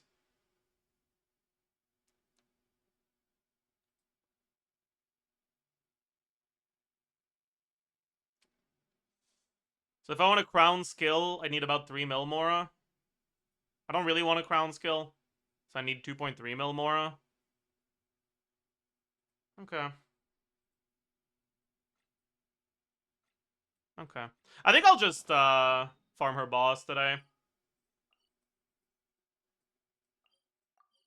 Right, I have 15. We need 20. No, 40. 46. Yeah, we need a bunch more. Headbutt! You asked for it! Faster! Stronger! Wrath from the skies!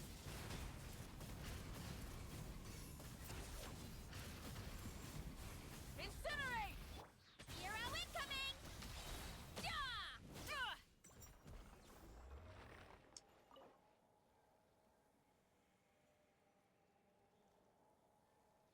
I improved Raiden's build. If no, it does not change my desire to try Dire on polearms only.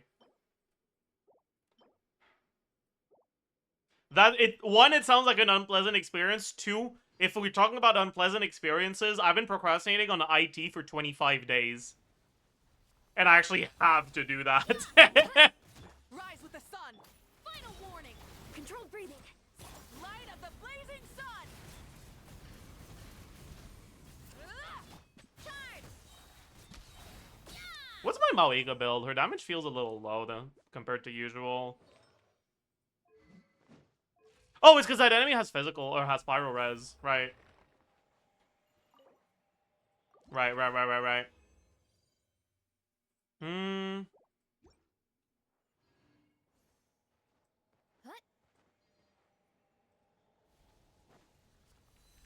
Chat, what if I had someone actually do my IT for me? I really don't want to do it. Quick as a flash.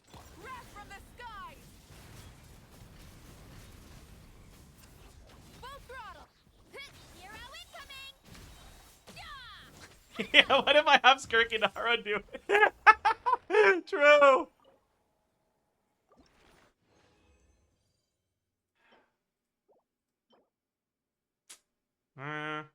Is this ever a lock? 3-liner with crit rate? It's only good if it rolls ER on the last stat.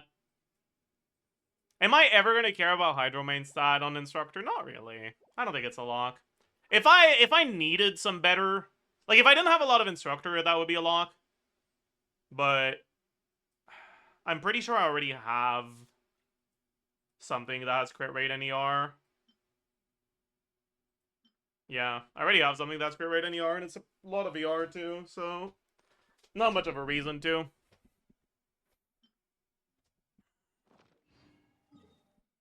L'hiver approche.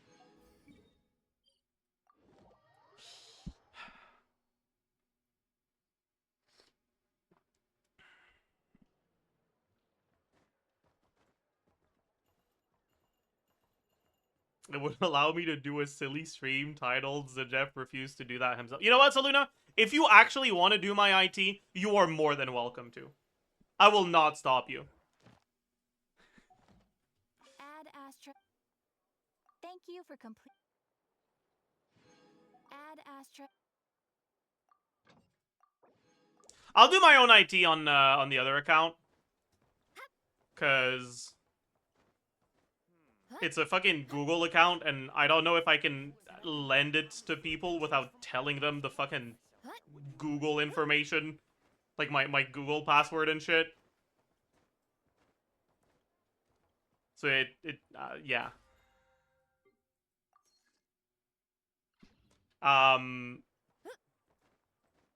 You need to do at least one attempt. I am not doing an attempt on polearms only.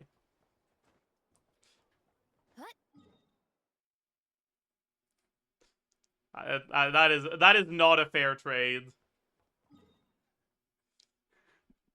That is not a fair trade.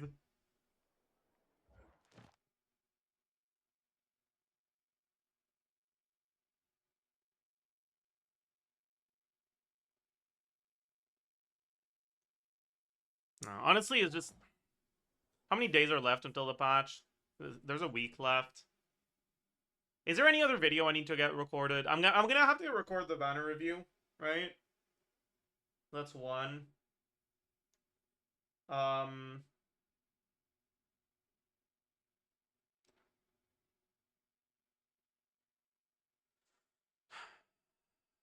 need to get the fucking stupid ass dance event done on the EU account.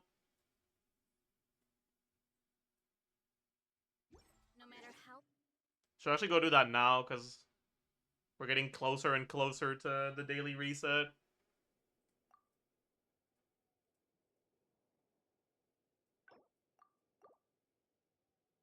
I don't know when the event expires on EU, but I feel like it's probably a lot earlier than America, so I don't know how much time I have left. Would you recommend going for Shilonen? I'm an Arlecchino main, and I'm missing only Shilonen for our best team. I have C2, R1, Arlecchino, and Seat Lali. No. Arlecchino's not that good for... Or, Shilonen's not that good for Arlecchino.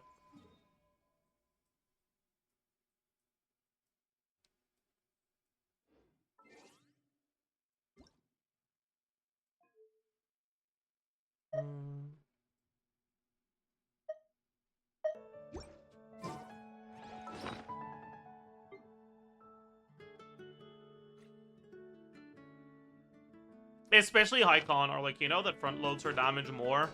Tends to just get better results with Sucrose. But honestly, I fully expect Arlecchino's whale team with Lali to see some improvements in the future. And the first character you bench in that team is definitely Shilonen. So, pulling for Shilonen for Arlecchino just seems like an awful idea right now.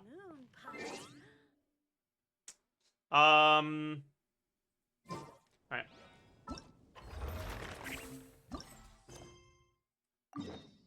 Okay, so here's the problem, chat. This event doesn't allow you to calibrate, and I have higher ping here than I do on main, so things might not go well.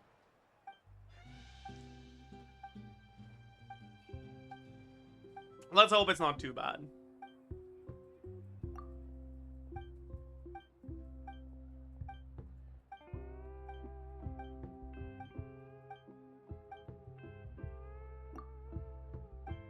Is Flynn's better with Cookie or Fischl? I mean, obviously you'll be doing more damage with Fischl, but you don't have healing, so... So then the question is, like, what's better between... Fischl plus healer, or Cookie plus, like, non-healer? Depends on the healers. Once Yahoda comes out, you're probably better off doing Fischl healer.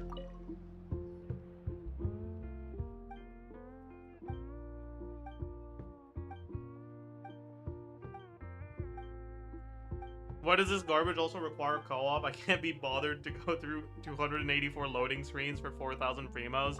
Yeah, it's definitely annoying. At least it only takes like five games.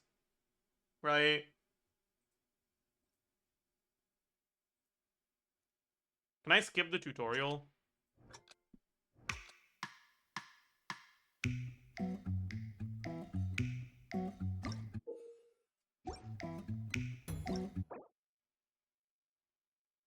I feel like if I...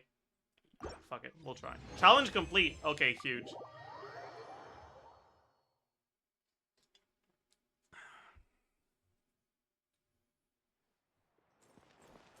Huge! You might need it. Dude, I've done this event already.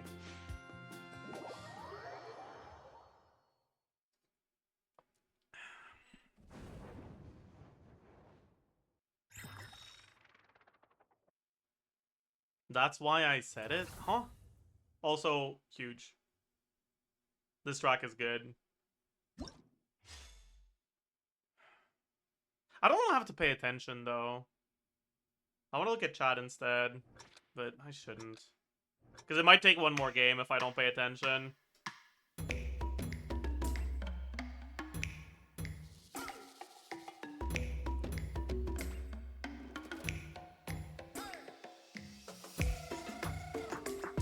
Oh, I think I did it too early. My bad. My bad.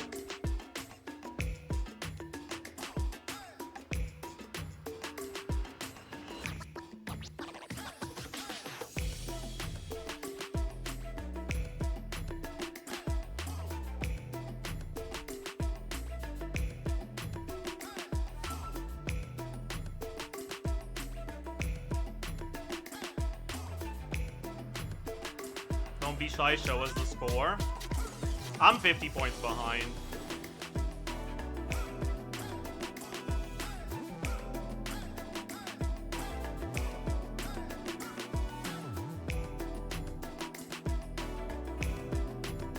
Can I catch up to 50 points on the thing at the end? Maybe? Loogie.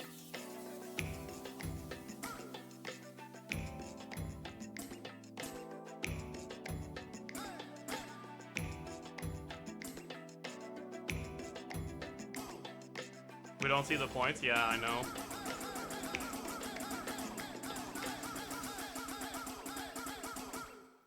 I did, chat. Oh my god. I'm the GOAT. Easy clap. Easy fucking clap.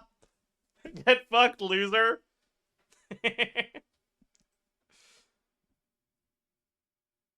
Sorry, that was rude.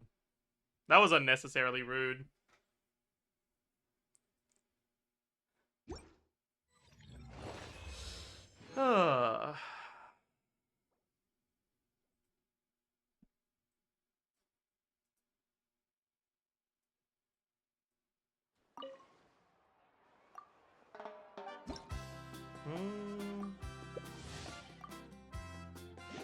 What's the emote? Redeem. Let's take a look. Dokes. Meh.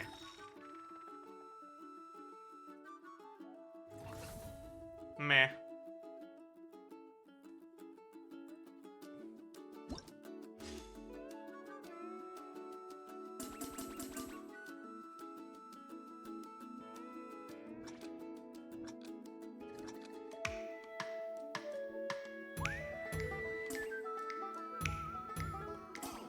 Are there 2 songs going on at once right now?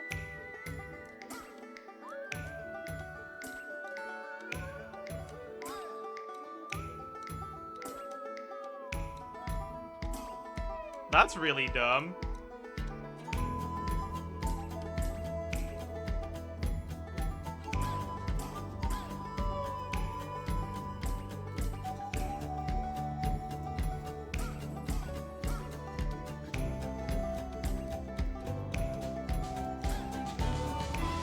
Yeah, one of them is a lot louder than the other one. So I think it's fine.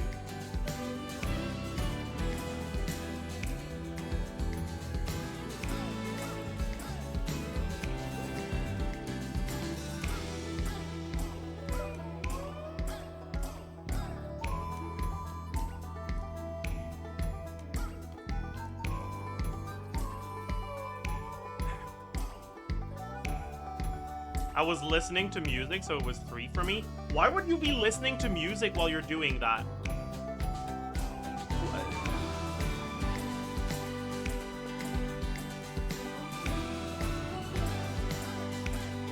Oh, player 3 is struggling right now, Jesus Christ.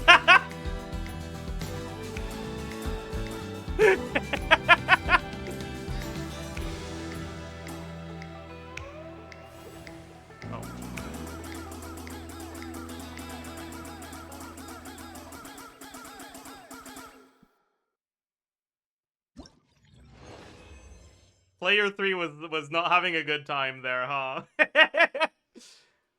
Jesus Christ.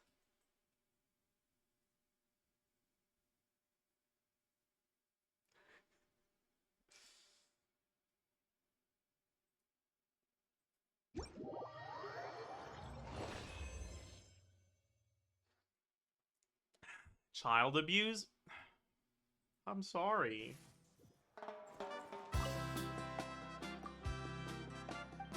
I was just showing concern, man.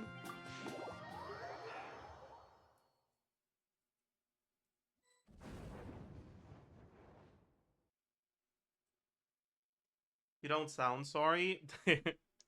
Misinformation.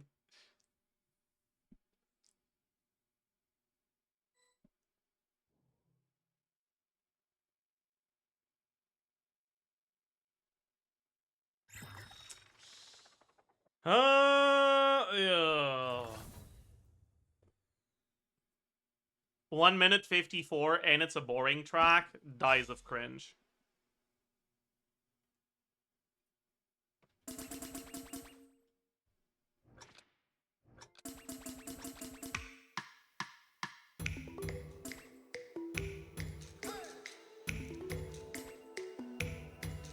Undertaker is struggling right now, my god.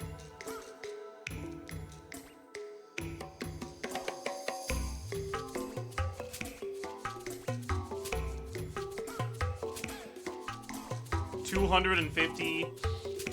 Oh yeah. I don't think he quite understands the assignment.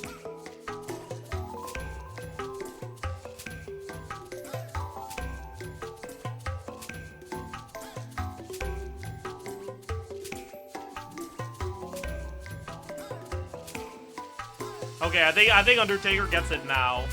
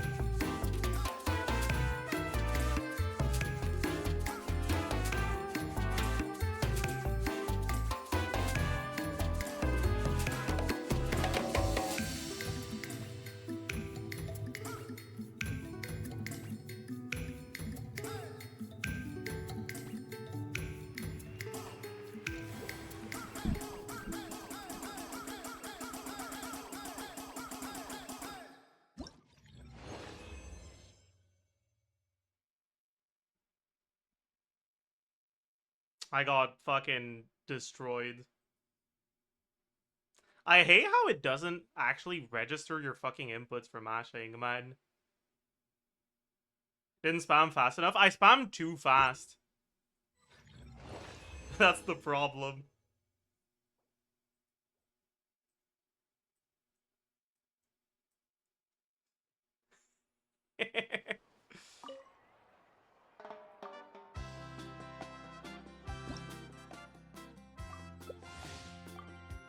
I was too good? I mean, I wasn't too good. You need, like, being as good as possible means going below speed limit, you know? If you go above the speed limit and your inputs don't register because of that, then you're bad. I'm bad.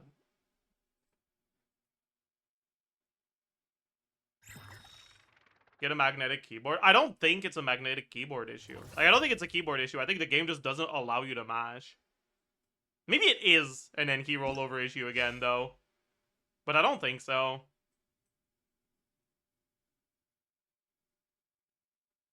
It's ping? I don't think so, because I'm getting a similar amount to what I was getting on the other account. On my combo.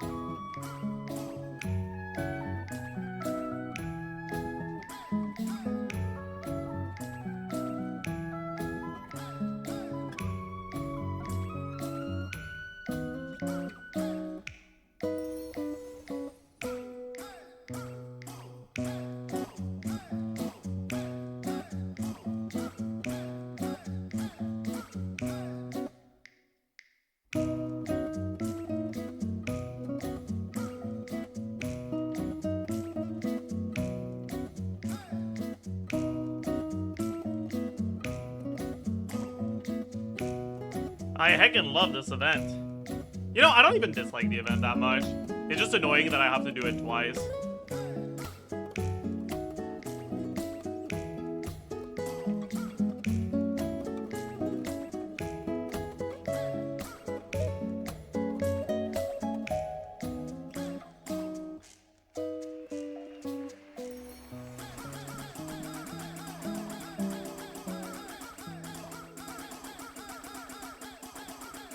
Hey, I got a 50. Huge. You know, I mashed worse than they did because they were 50 points behind. And now they're 30 points behind. So if they didn't fuck up, I would have lost.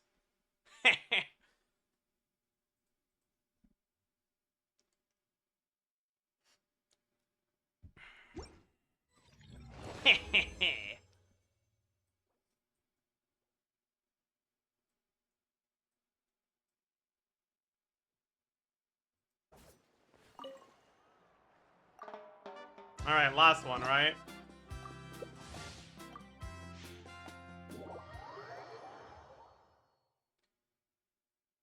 Chat, I wonder how many points I can get by only pressing one key. I want to try that. Surely it's gonna be enough that I will have to do it one more time, right? Only one way to find out.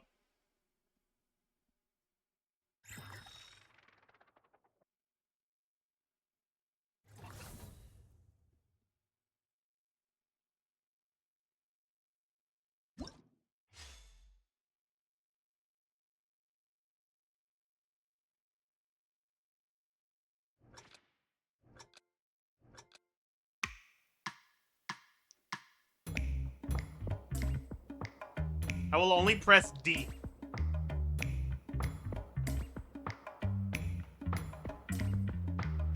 Okay, you don't get any points if you press the wrong one. That's cooked.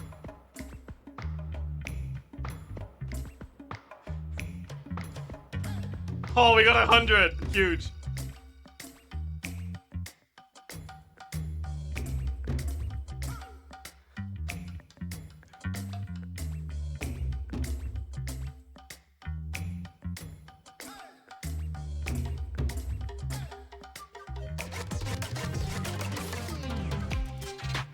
That's not D. I can't press it. You know, I'd probably get more points by just pressing spacebar than by just pressing D.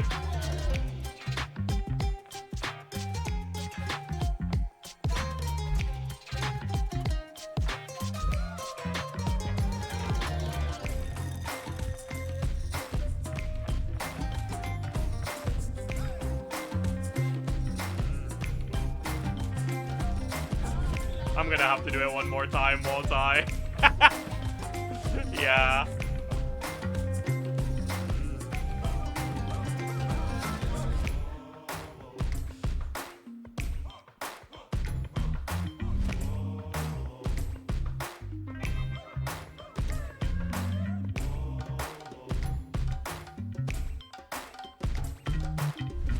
Is space down? No, space isn't anything.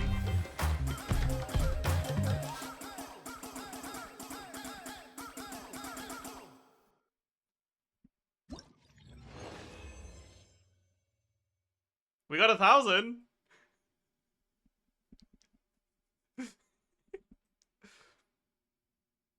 No! No! I'm 50 points away!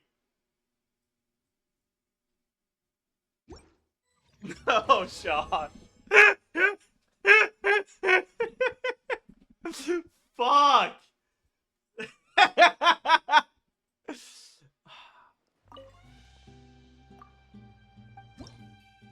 Man. Holy stalling. One space would have done it, you're right. What about only space? Yeah, I want to see how many points you get by pressing only space. If you chose S, you would have gotten it? Probably, yeah.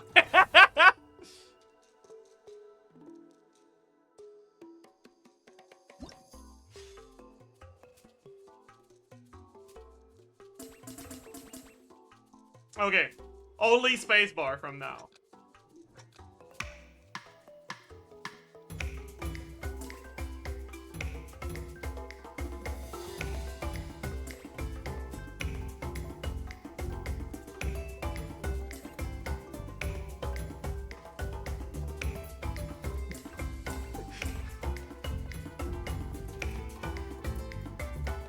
Wow.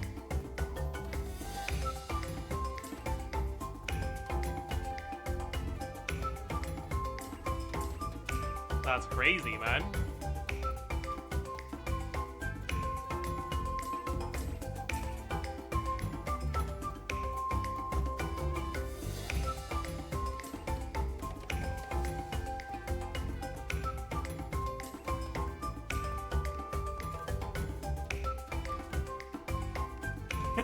Wait, there's someone else who's at 0.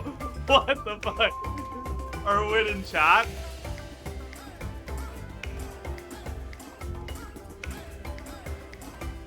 Probably.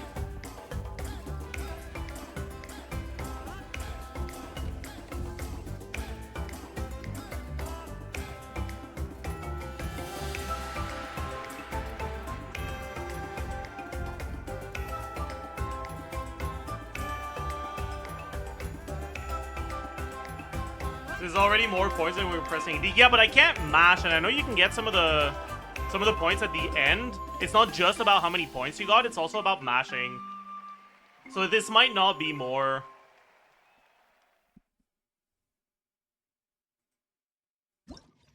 But maybe it will be, I don't know.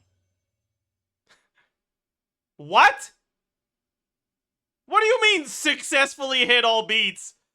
That's not what all beats means. What? Yeah, it's less points, that's what I thought.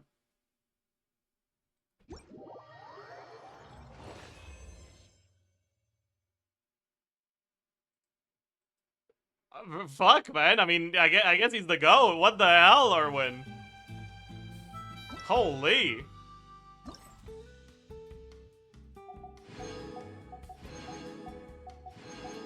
Alright, huge.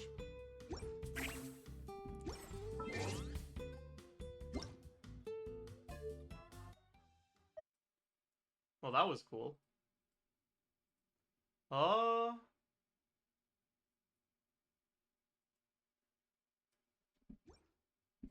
Yo. There's an afterword. Does it give anything? Let's talk to Nutsack again.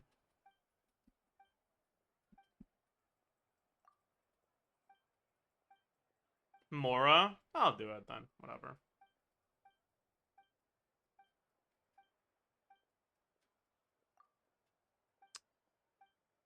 Should we get the stall done as well?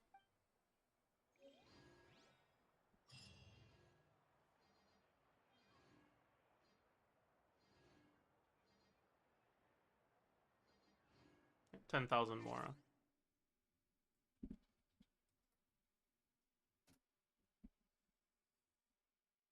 We shall stare.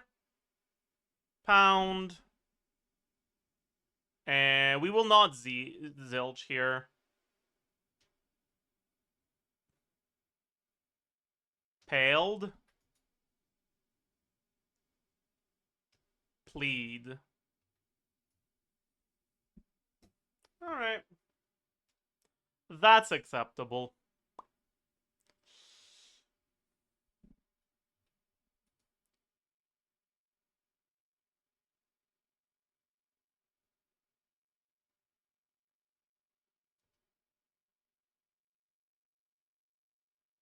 What bird is on the Mexican?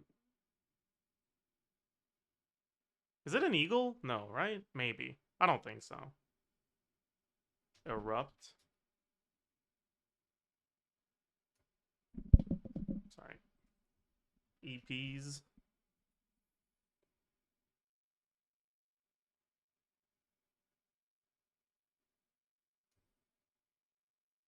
Leg up. Do people use Yelp as a verb?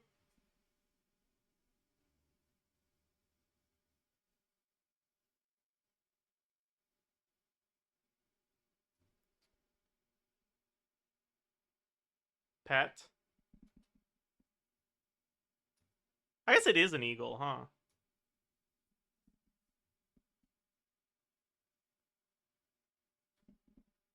Flare. Bee and bleep. Okay. I didn't know it was an eagle. Huh.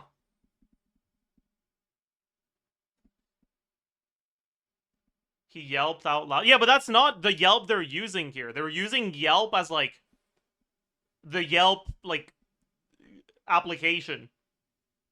Like, they're using to Yelp to mean to check the reviews online of something, which is crazy. I've never heard anyone call it yelping. Whatever. Angle.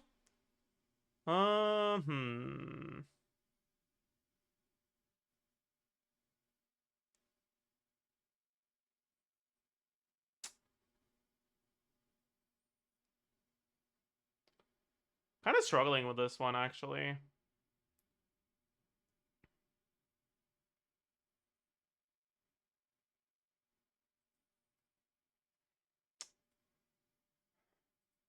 think it's like a 19.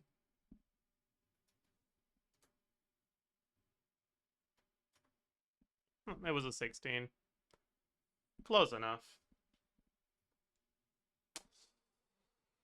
Alright. I don't know what this is. This is easy? What the fuck is that, bro? What's going on with her body?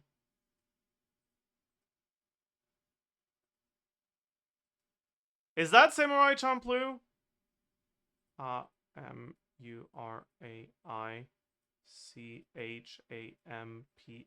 Yes, I think so. Bet. Huh. Alright, well that's a gun, but like...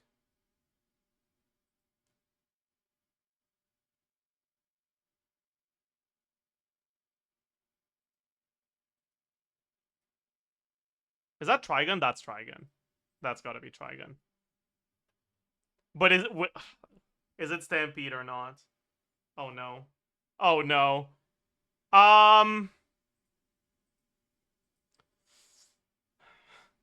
So I don't know which one it is.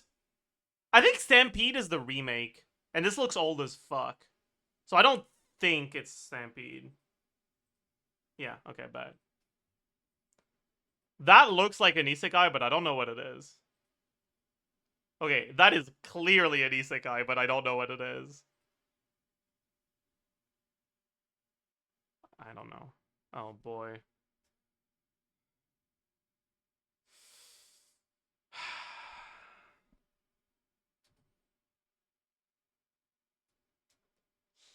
That's cooked as hell. Okay, it's an isekai.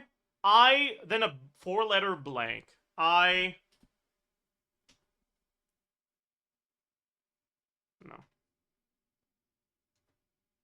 I want to 1, 2, 3, 4, 5, 6. I want to escape. No. I want to. I don't think it's that.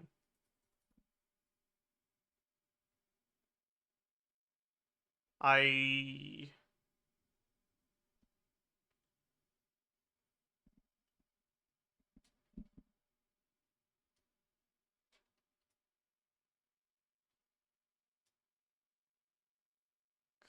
don't think it's that.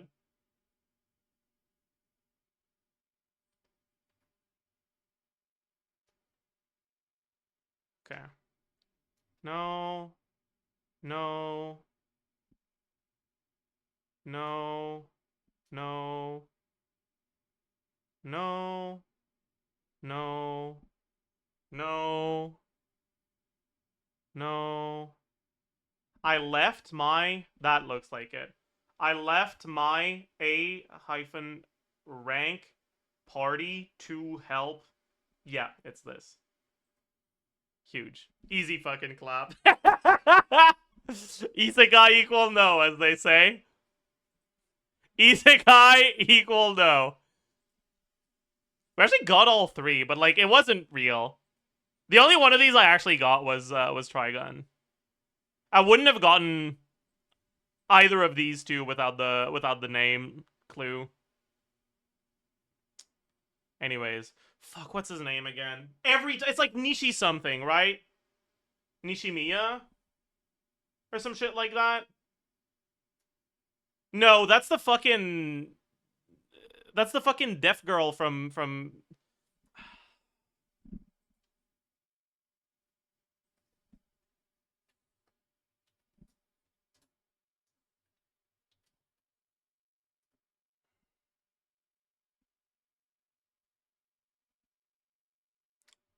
It's Shinomiya, right?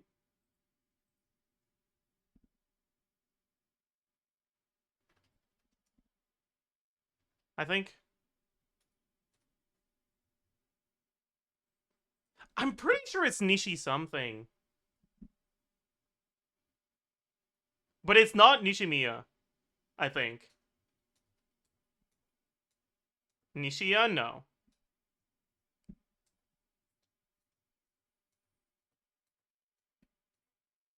Nishijo? No. Nishikinomiya? No. I don't know, chat.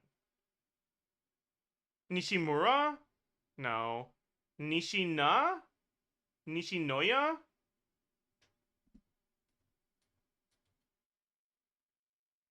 I don't know, man.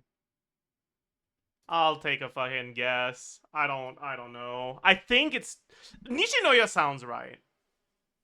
Nishinoya sounds right. Out of those...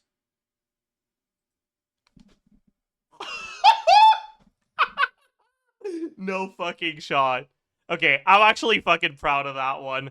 I'm actually fucking proud of that one. Holy fuck. Holy fuck. Okay.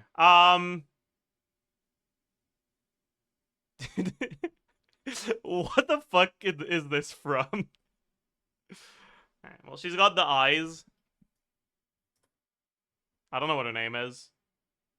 And that looks like the No Game No Life art style, but I don't remember this. I don't remember No Game No Life at all. The fuck is this? That's old, right?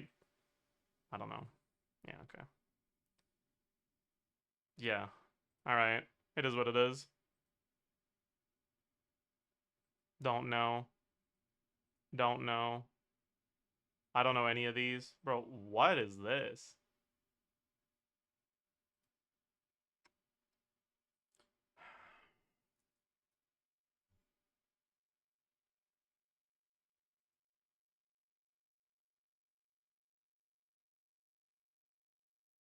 I don't know.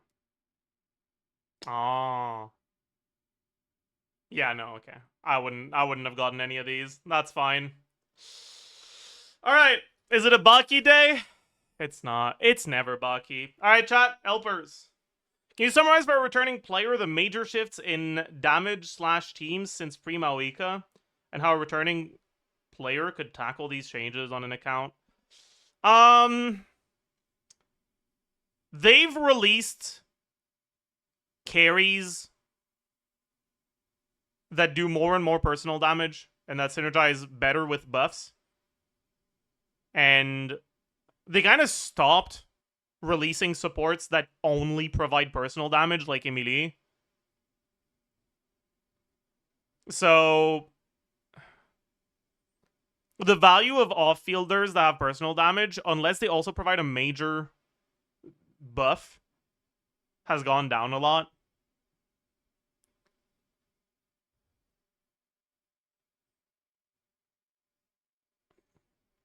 That means that the like old characters that provide good like buffs or just a lot of value through something else that isn't damage themselves, right? So for example, Bennett, obviously, Chevalars, right?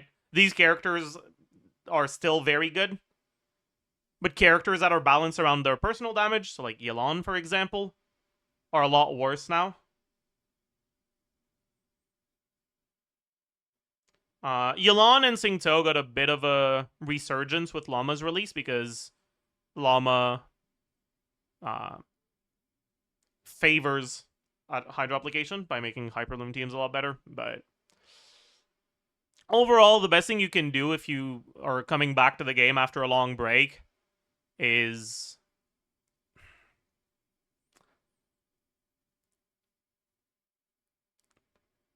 pull for the like go for characters that you like that don't need supports that are important to your current strongest teams.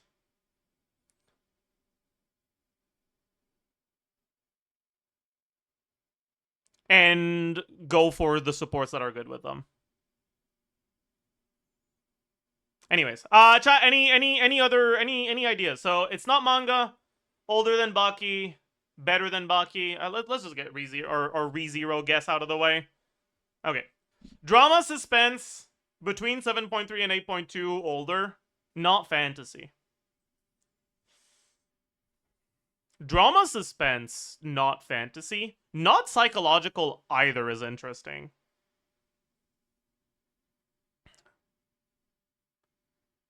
Erased? Isn't Erased time travel, or is that another?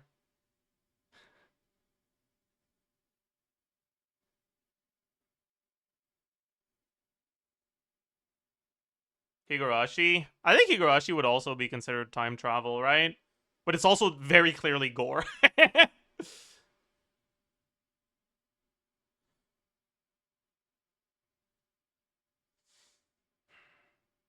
Death Parade? I could see it. No, it's counted as fantasy. Damn. Oh, psychological. GG.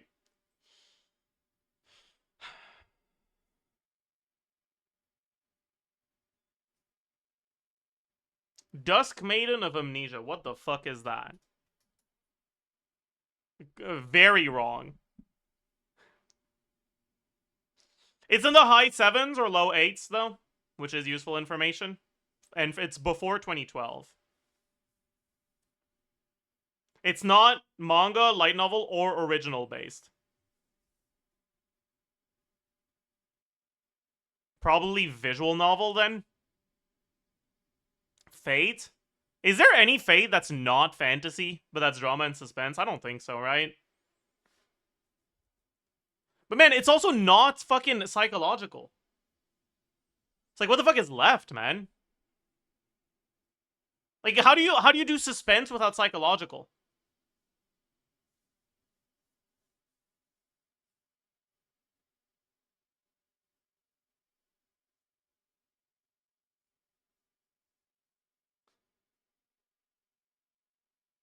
Lane?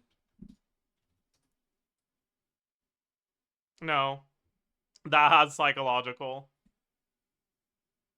Okay, it's also not mystery, not sci-fi, not supernatural, not fantasy. So there's just, it's just like a fucking, it's just like fucking people. But it's also not high stakes game. So it's not like the a death game sort of thing. So like straight up, what the fuck is left, man?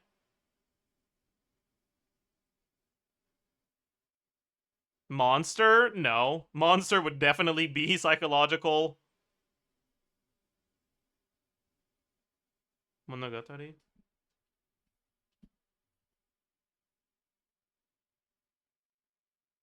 Which one is that? Just if that's romance, oh, GG.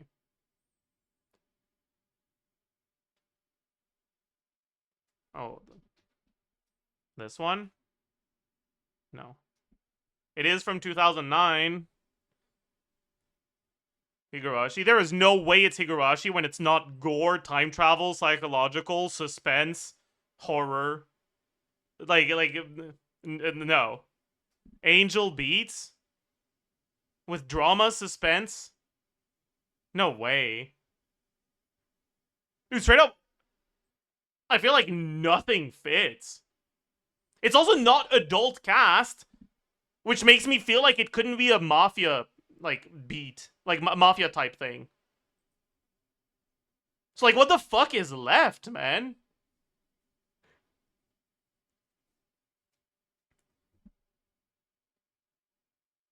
I guess technically, we haven't ruled out comedy.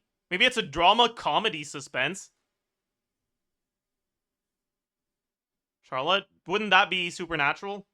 Or fantasy, like one of the two?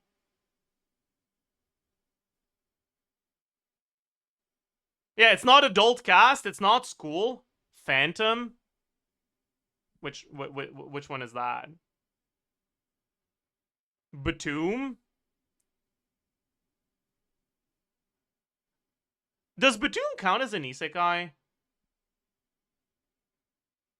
Their categorization of isekai is so cooked, man. Requiem? Oh, you were right. Okay. I haven't watched this, so maybe I'm just an idiot. Like, are these characters children? Like, you're gonna have a theme about organized crime that doesn't get the adult cast theme? That has to be wrong. Like, at that point, why does this even exist if you only, like, assign it based on vibes? Whatever. Community average score 2,000? That is so fucking low. Jesus Christ. Alright. Is it going to the VOD? No, we're fine.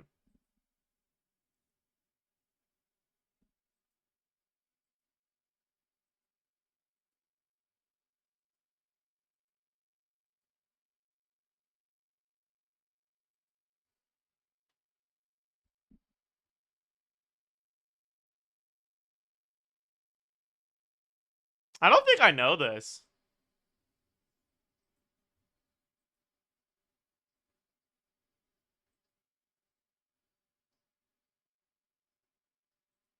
I don't think I recognize this. Is that Fire Force? That's Fire Force. I've never listened to this before.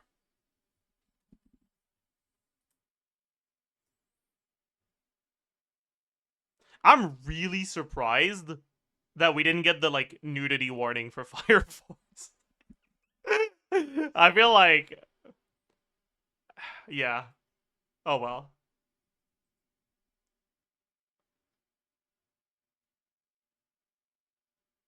The hell is this? Let's just. Doop, doop, doop. I have no clue what this is. The hell? That's some flip flops. She's walking. Is that fucking movie about the manga artist? Is it a movie? I think so. I don't know if it's that though. No, it's not. What the hell is this? I have no clue what this is.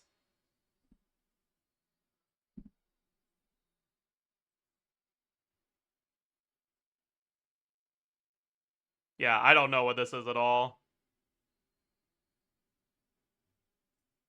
She's on a train. So what if it's like on the train? On the train? What? I don't think that these letters and these letters are... What? Are they recognizing the train and self-restraint?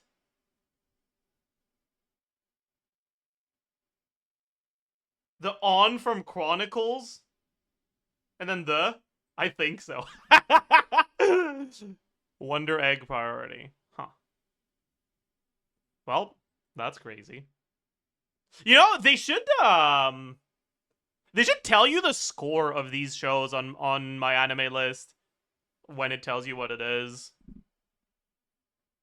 Kind of like how it's revealed in the Anidol. I don't know what this is either.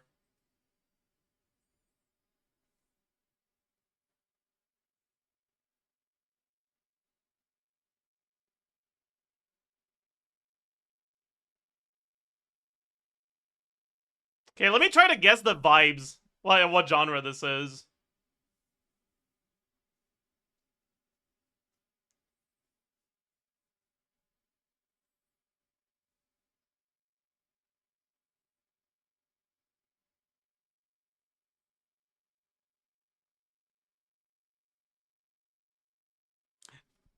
This feels like an old shonen.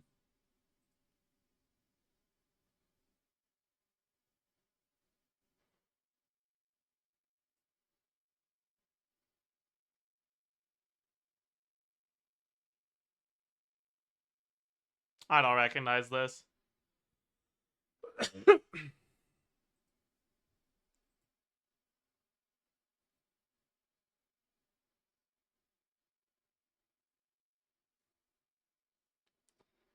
They've got a lot of swords.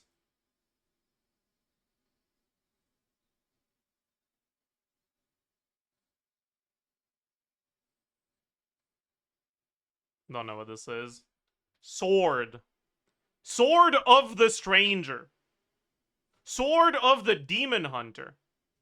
Sword Guy. Sword Art Online. Chat. These are swords.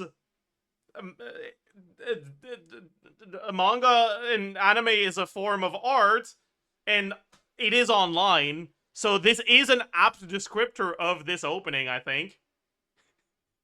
I don't know. Sword of the Stranger. Okay, we were very wrong. I've never heard of this before. I don't know what this is. Oh well. 31k. We'll take that, honestly. Acceptable. Acceptable. Acceptable.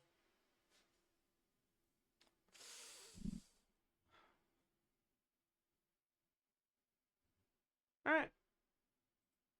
I'll be right back.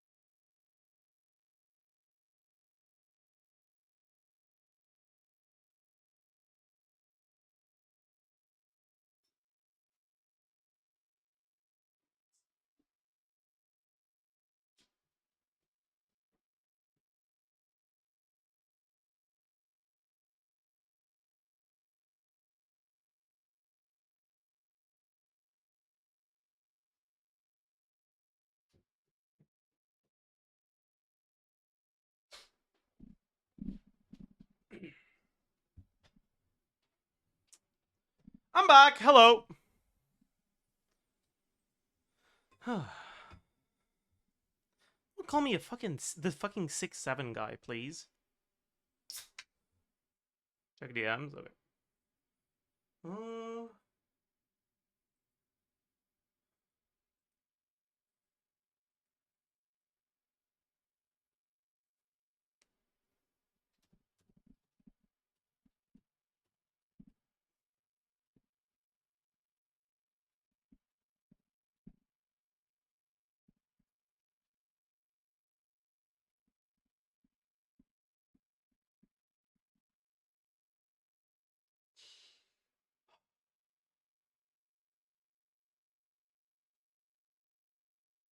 Chat.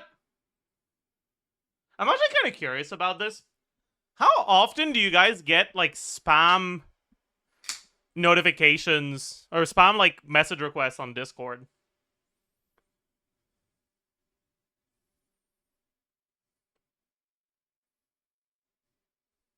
Because like I was wondering how much of it is people spamming like Zajef the content creator, and how much of it is just like bots spam messaging everyone in Discord servers.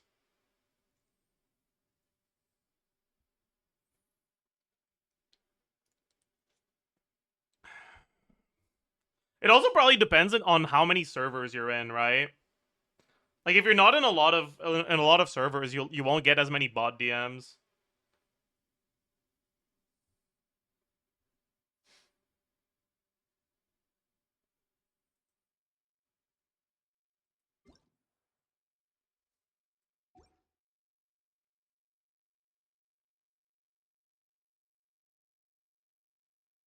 But yeah, by the way, if you DM me with like any sort of question or whatever, right? If you open with "Can I ask you a question?" I'll assume you're a bot and I will never reply to you. Just ask your fucking question. Like, can we talk? Like, just ask your damn question. I might not answer it because I might not see it, or I might just be too lazy to reply. Alright, I'm a very lazy person. I've done that before. But, yeah.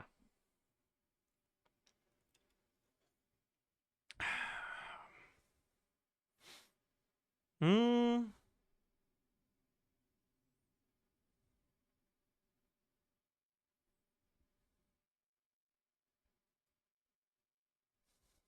Hmm.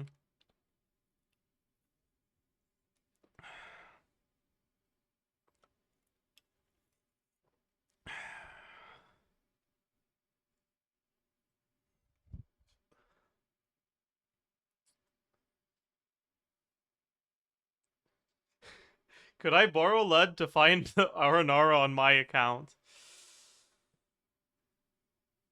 Uh...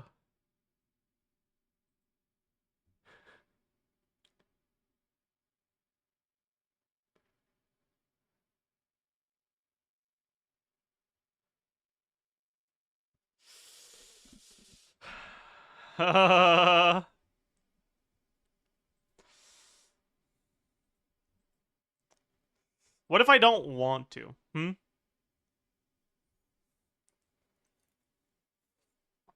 Ah.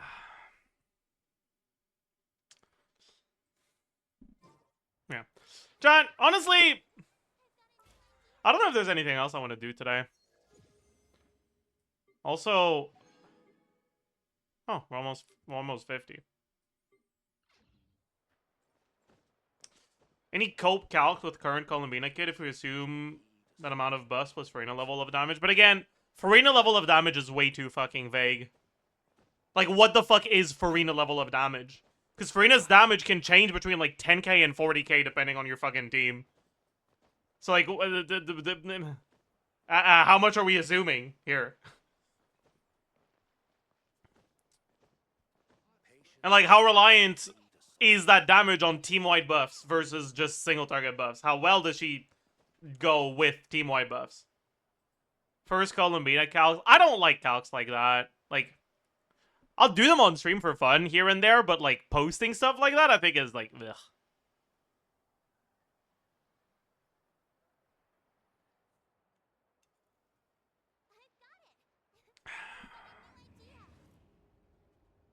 Any plans to make a video on the official Sucrose Razor Selector?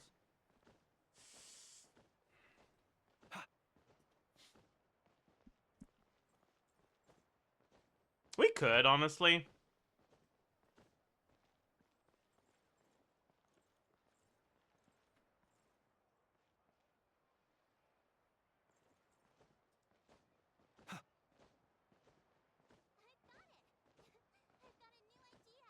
Patience is the key to solving problems.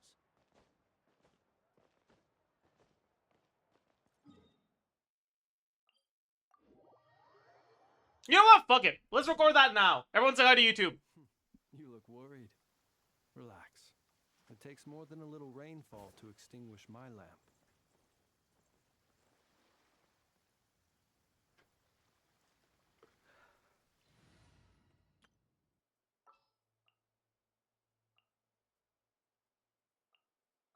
We're going to hunt.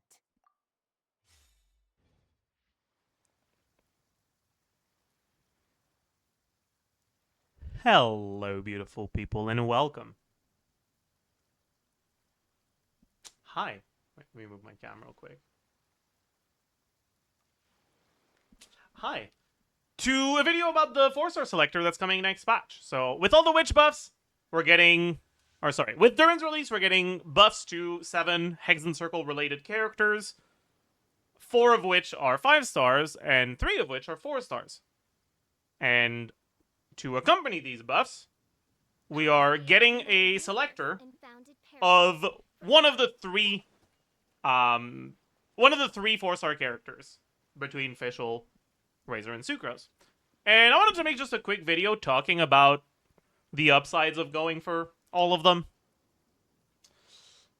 So let's just get right into it.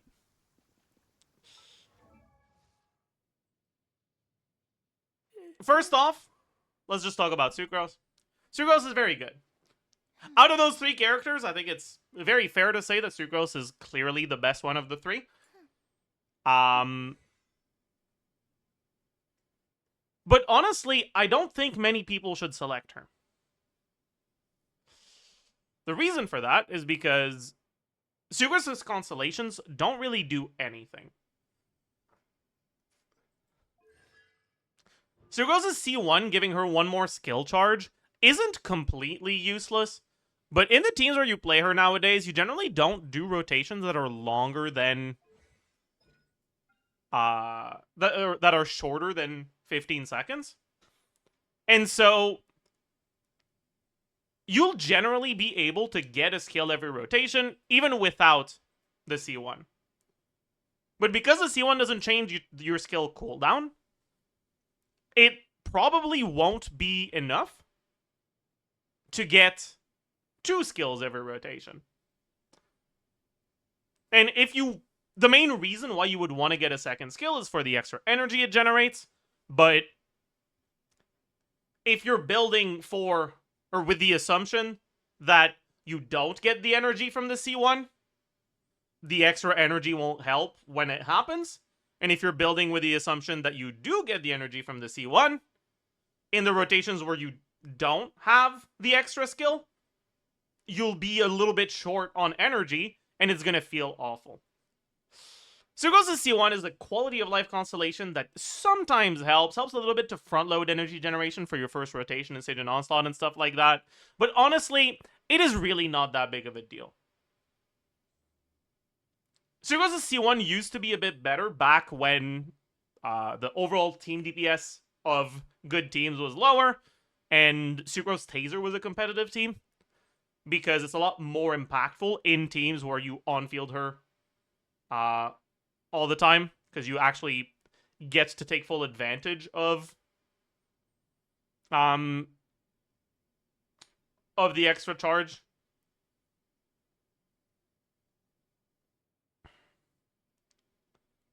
And your rotations are less strict, so you get to change your rotations based on who needs energy, basically. And also, one of her future constellations also synergizes with the extra skill you get from this, in a way. But overall, the C1 it's not that big of a deal, honestly. I used to think Sucrose's C1 was really, really just nice to have, But I have actually found myself just not really using Sucrose's second skill pretty often recently. Anyways, so her C2 is one more tick of her burst, right? The burst deals animal damage 3 times. The C2 increases duration, so it does it 4 times instead. It's not really that big of a deal. It's difficult to get the right elemental absorption on Sucrose's burst, so the increased duration doesn't generally help with application. The best thing this does generally is it gives you a little bit more uptime on your EM buff, because Sucrose's EM buff gets refreshed every time she triggers a swirl or has her skill or burst hit an opponent, right? Because she has 2 different EM buffs, one on swirls, one on hitting opponents. So if you use the burst, your EM buff, instead of lasting for 8 seconds, will last for, well, from the moment you use the skill to 8 seconds after the last tick of burst. If the last tick of burst happens 6 seconds after the burst is cast, then that's 14 seconds, and if it happens another 2 seconds later, that's 16 instead. But generally, that won't really be a big difference, because most characters that do care about the EM buff from Sucrose do all of their damage before 14 seconds have elapsed anyways. So the extra time from the burst won't really help.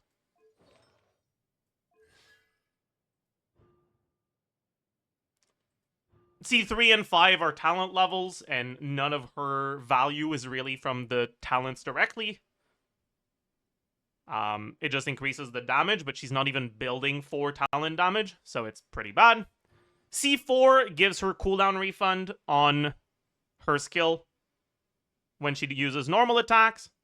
Every 7 normal attacks, her skill gets a random 1 to 7 energy refund, or sorry, cooldown refund.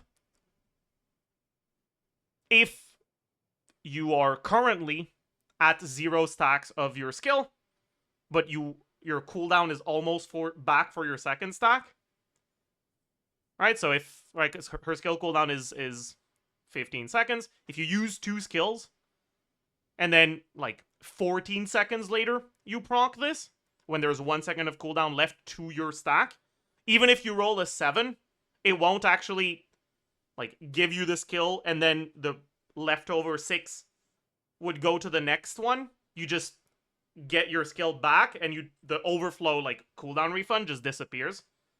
So in practice, it's often less than a 3.5 average refund. But it doesn't really matter that much, because the teams where you on-field Sucrose aren't really that meta anymore. So this doesn't tend to see too much value. And then C6, when her burst triggers an absorption, you get a 20% damage bonus. With the witch buffs, that's increased by a little bit. But pretty much every calc I do on Fischl assumes you don't get this, because the pickup range for this buff is kind of finicky. It's honestly just a pain in the ass to get.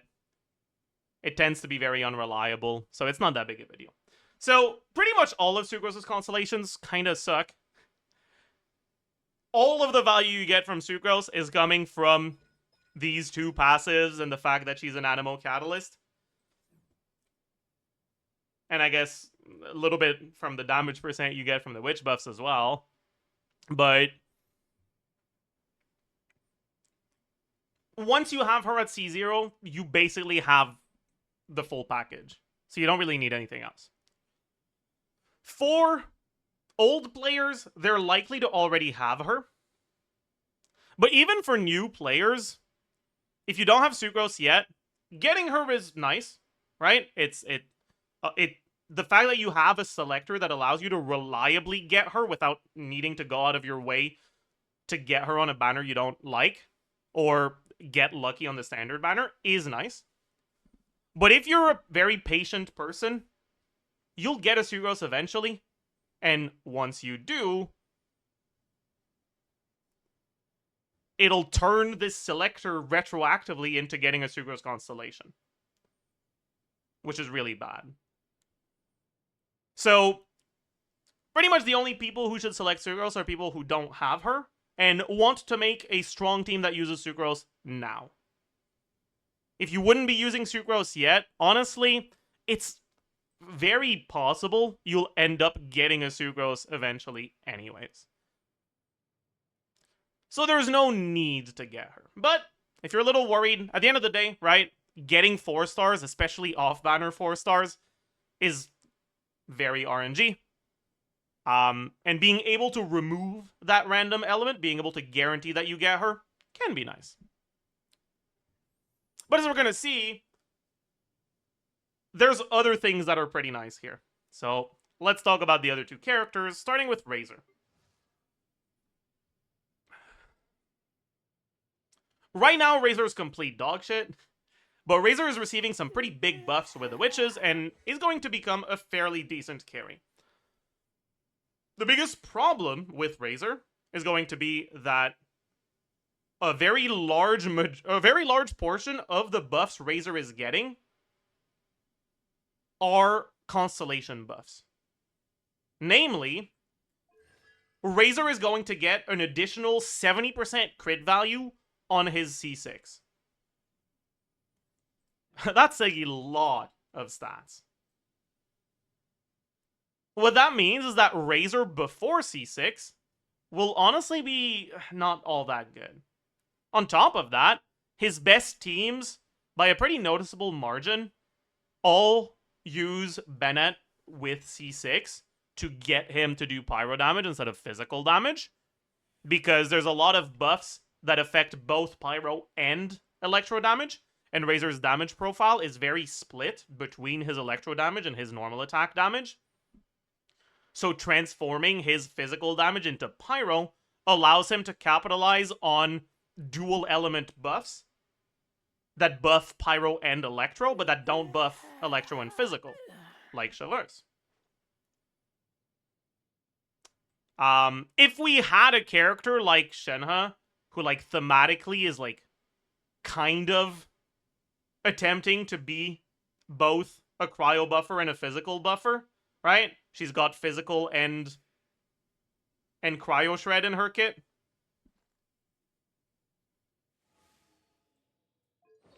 Am I talking out of my ass?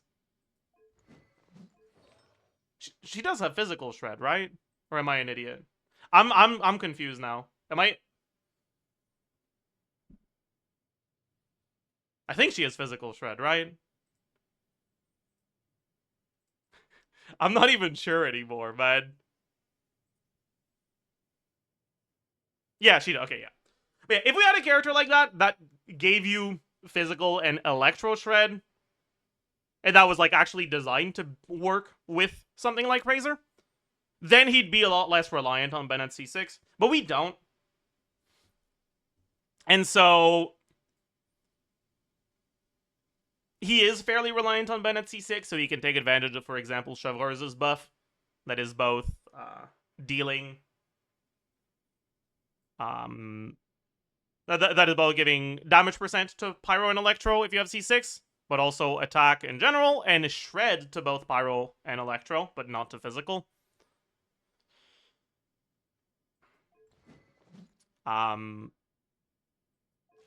But yeah, it makes it so that Razor as a whole is a lot worse if 1, you don't have his C6, 2, you don't have Bennett C6, 3, you don't have Chevreuse's C6.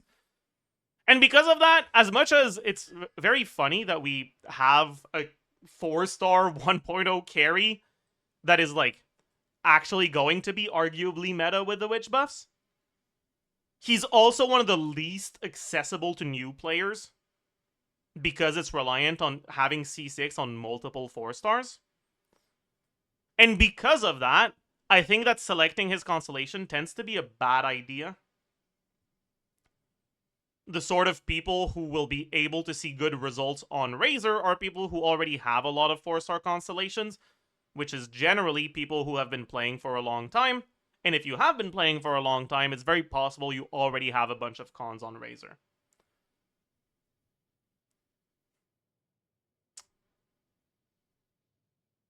If you are one of the few people that has C6 Bennett, has Chevreuse, likes Razor, and doesn't have C6 Razor, then yeah, obviously you can go for him. It's not bad to get, right?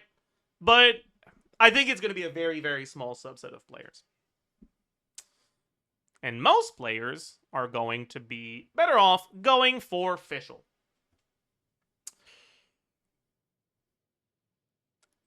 As a whole, I'd say that Fischl is a bit worse than Sucrose, but she gets a lot more value from her constellations.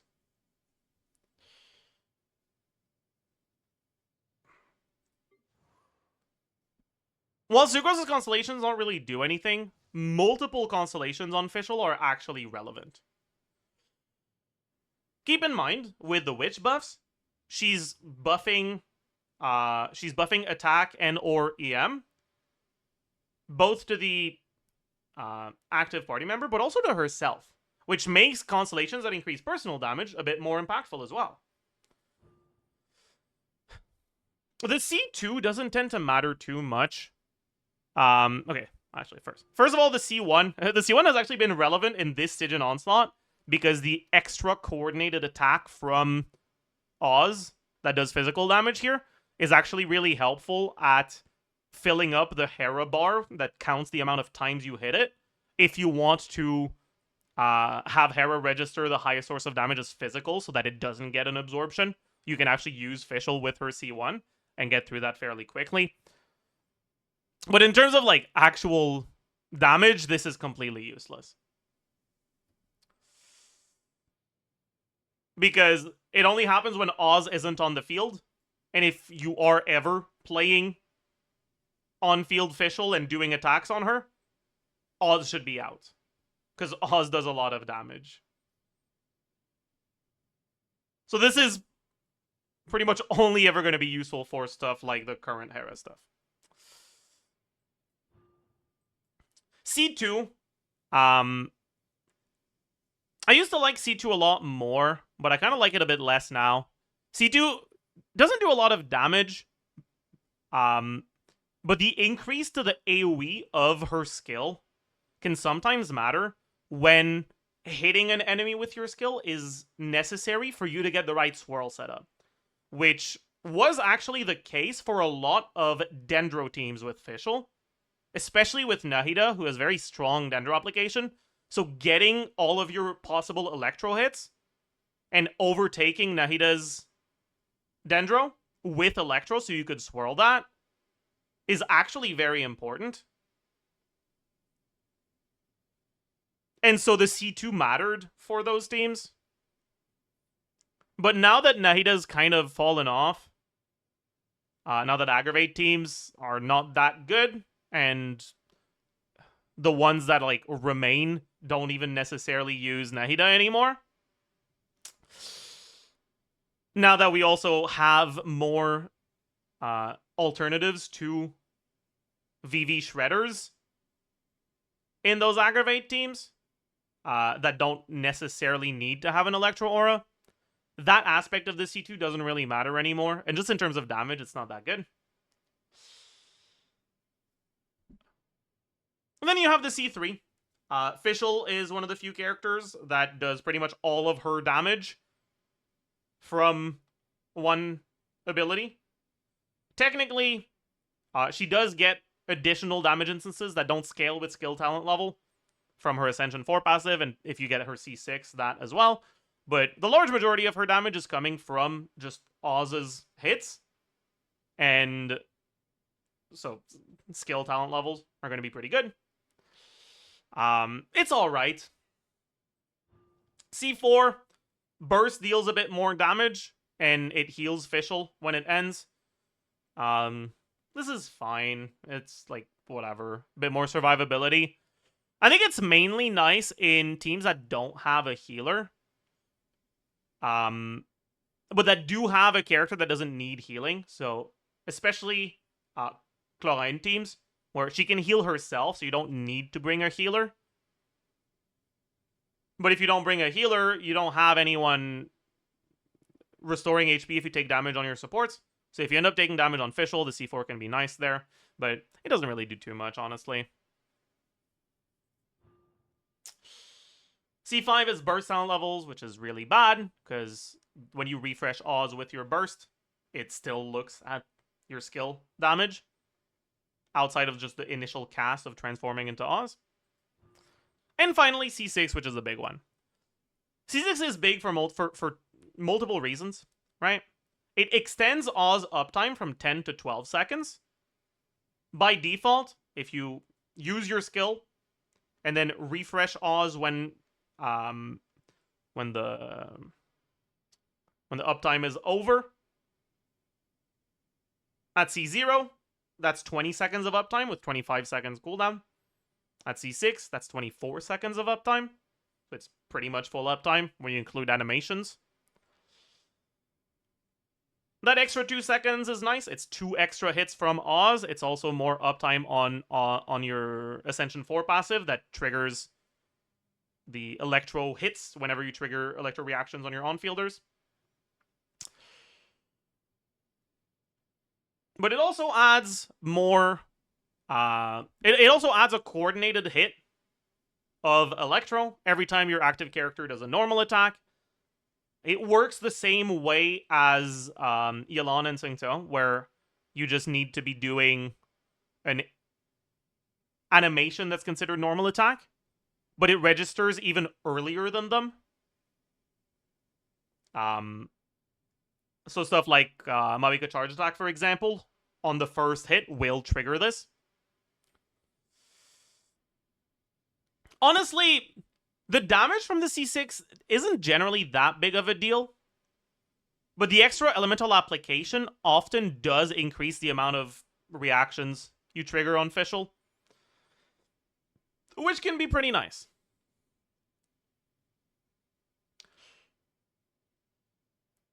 On top of that, the witch buffs, right, as a quick reminder, by default give 22.5% attack when you trigger Overload, and 90 EM when you trigger Electro Charge or Lunar Charged.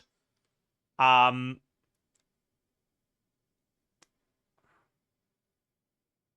long as Oz is on the field.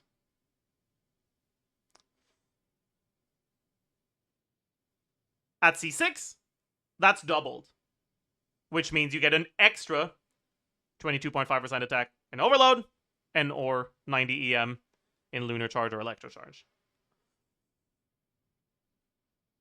So you get longer uptime on your damage and on your buff, and a bigger buff, and more damage. Basically, official C6 is even more valuable than it was before. So out of those 3 characters, unless you already have official at C6, I would almost always recommend going for official constellations.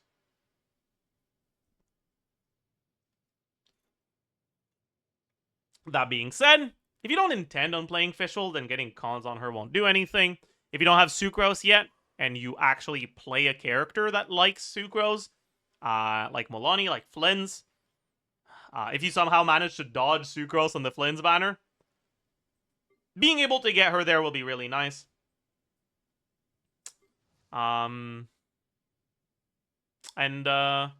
that's pretty much it, honestly. Overall, this selector is... it's just official constellation. It's not a selector, it's just official constellation. Not that I'm unhappy about it. Hell yeah. Although, to be fair, right, it is also a way to get Sucrose for people that are very new. Right? Unlike Fischl, Sucrose is not in the shop rotation, so you cannot guarantee a Sucrose just by buying her from the shop. So if you just get dog shit RNG on your pulls, you might just not have Sucrose. So being able to get her from that is really nice as well. And then Razor is just for... honestly, it's just for people who already have C6 of the other two. Maybe if you have Sucrose and Razor both at C0 or both at like not C6, I could see a world where I'd pick Razor over Sucrose. Because as much as Razor is not nearly as good, his constellations actually matter, whereas Sucrose's cons kind of don't. I'd probably still pick Sucrose's C1 over Razor cons, just because it's a nice con to have, I guess. But honestly, the cons past C1 are just straight up worthless. So if you have C1 Sucrose, I think just pick Razor over her if you already have C6 Fischl.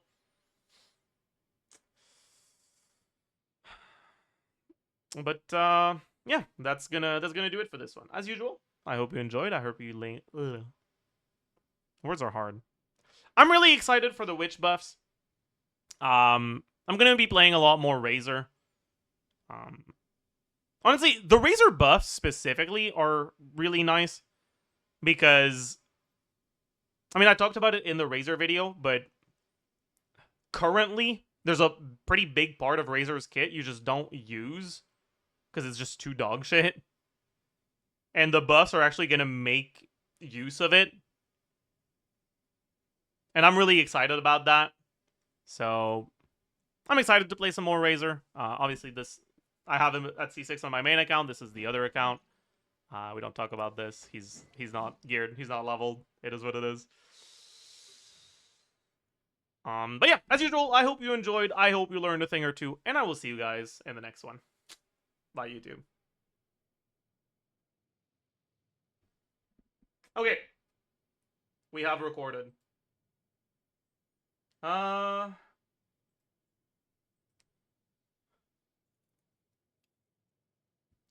created another universe and found it.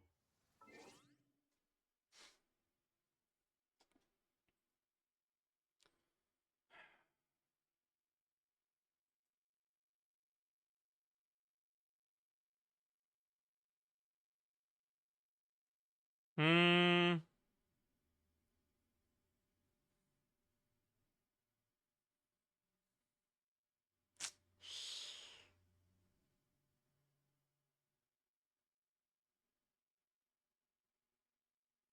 Hmm.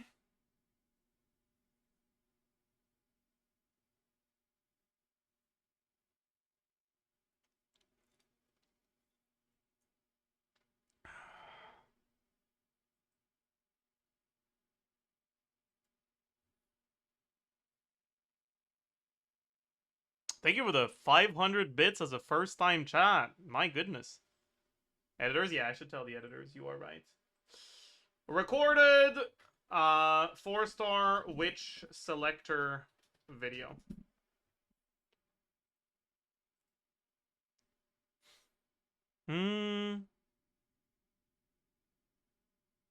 Bloodless stream today. Yeah, I started stream a lot later because I didn't manage to fall asleep until very late slash somewhat early in the morning, I guess.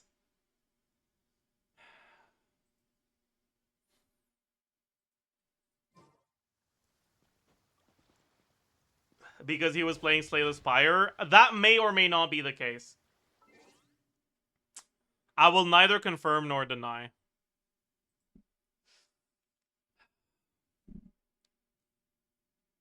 Anyways. Let's raid Saluna. Because he's gonna be doing my IT.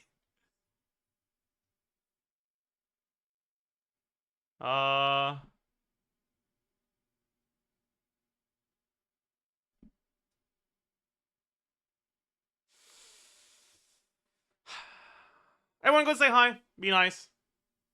And I'll see you guys tomorrow. Bye-bye. Thank you for the tier.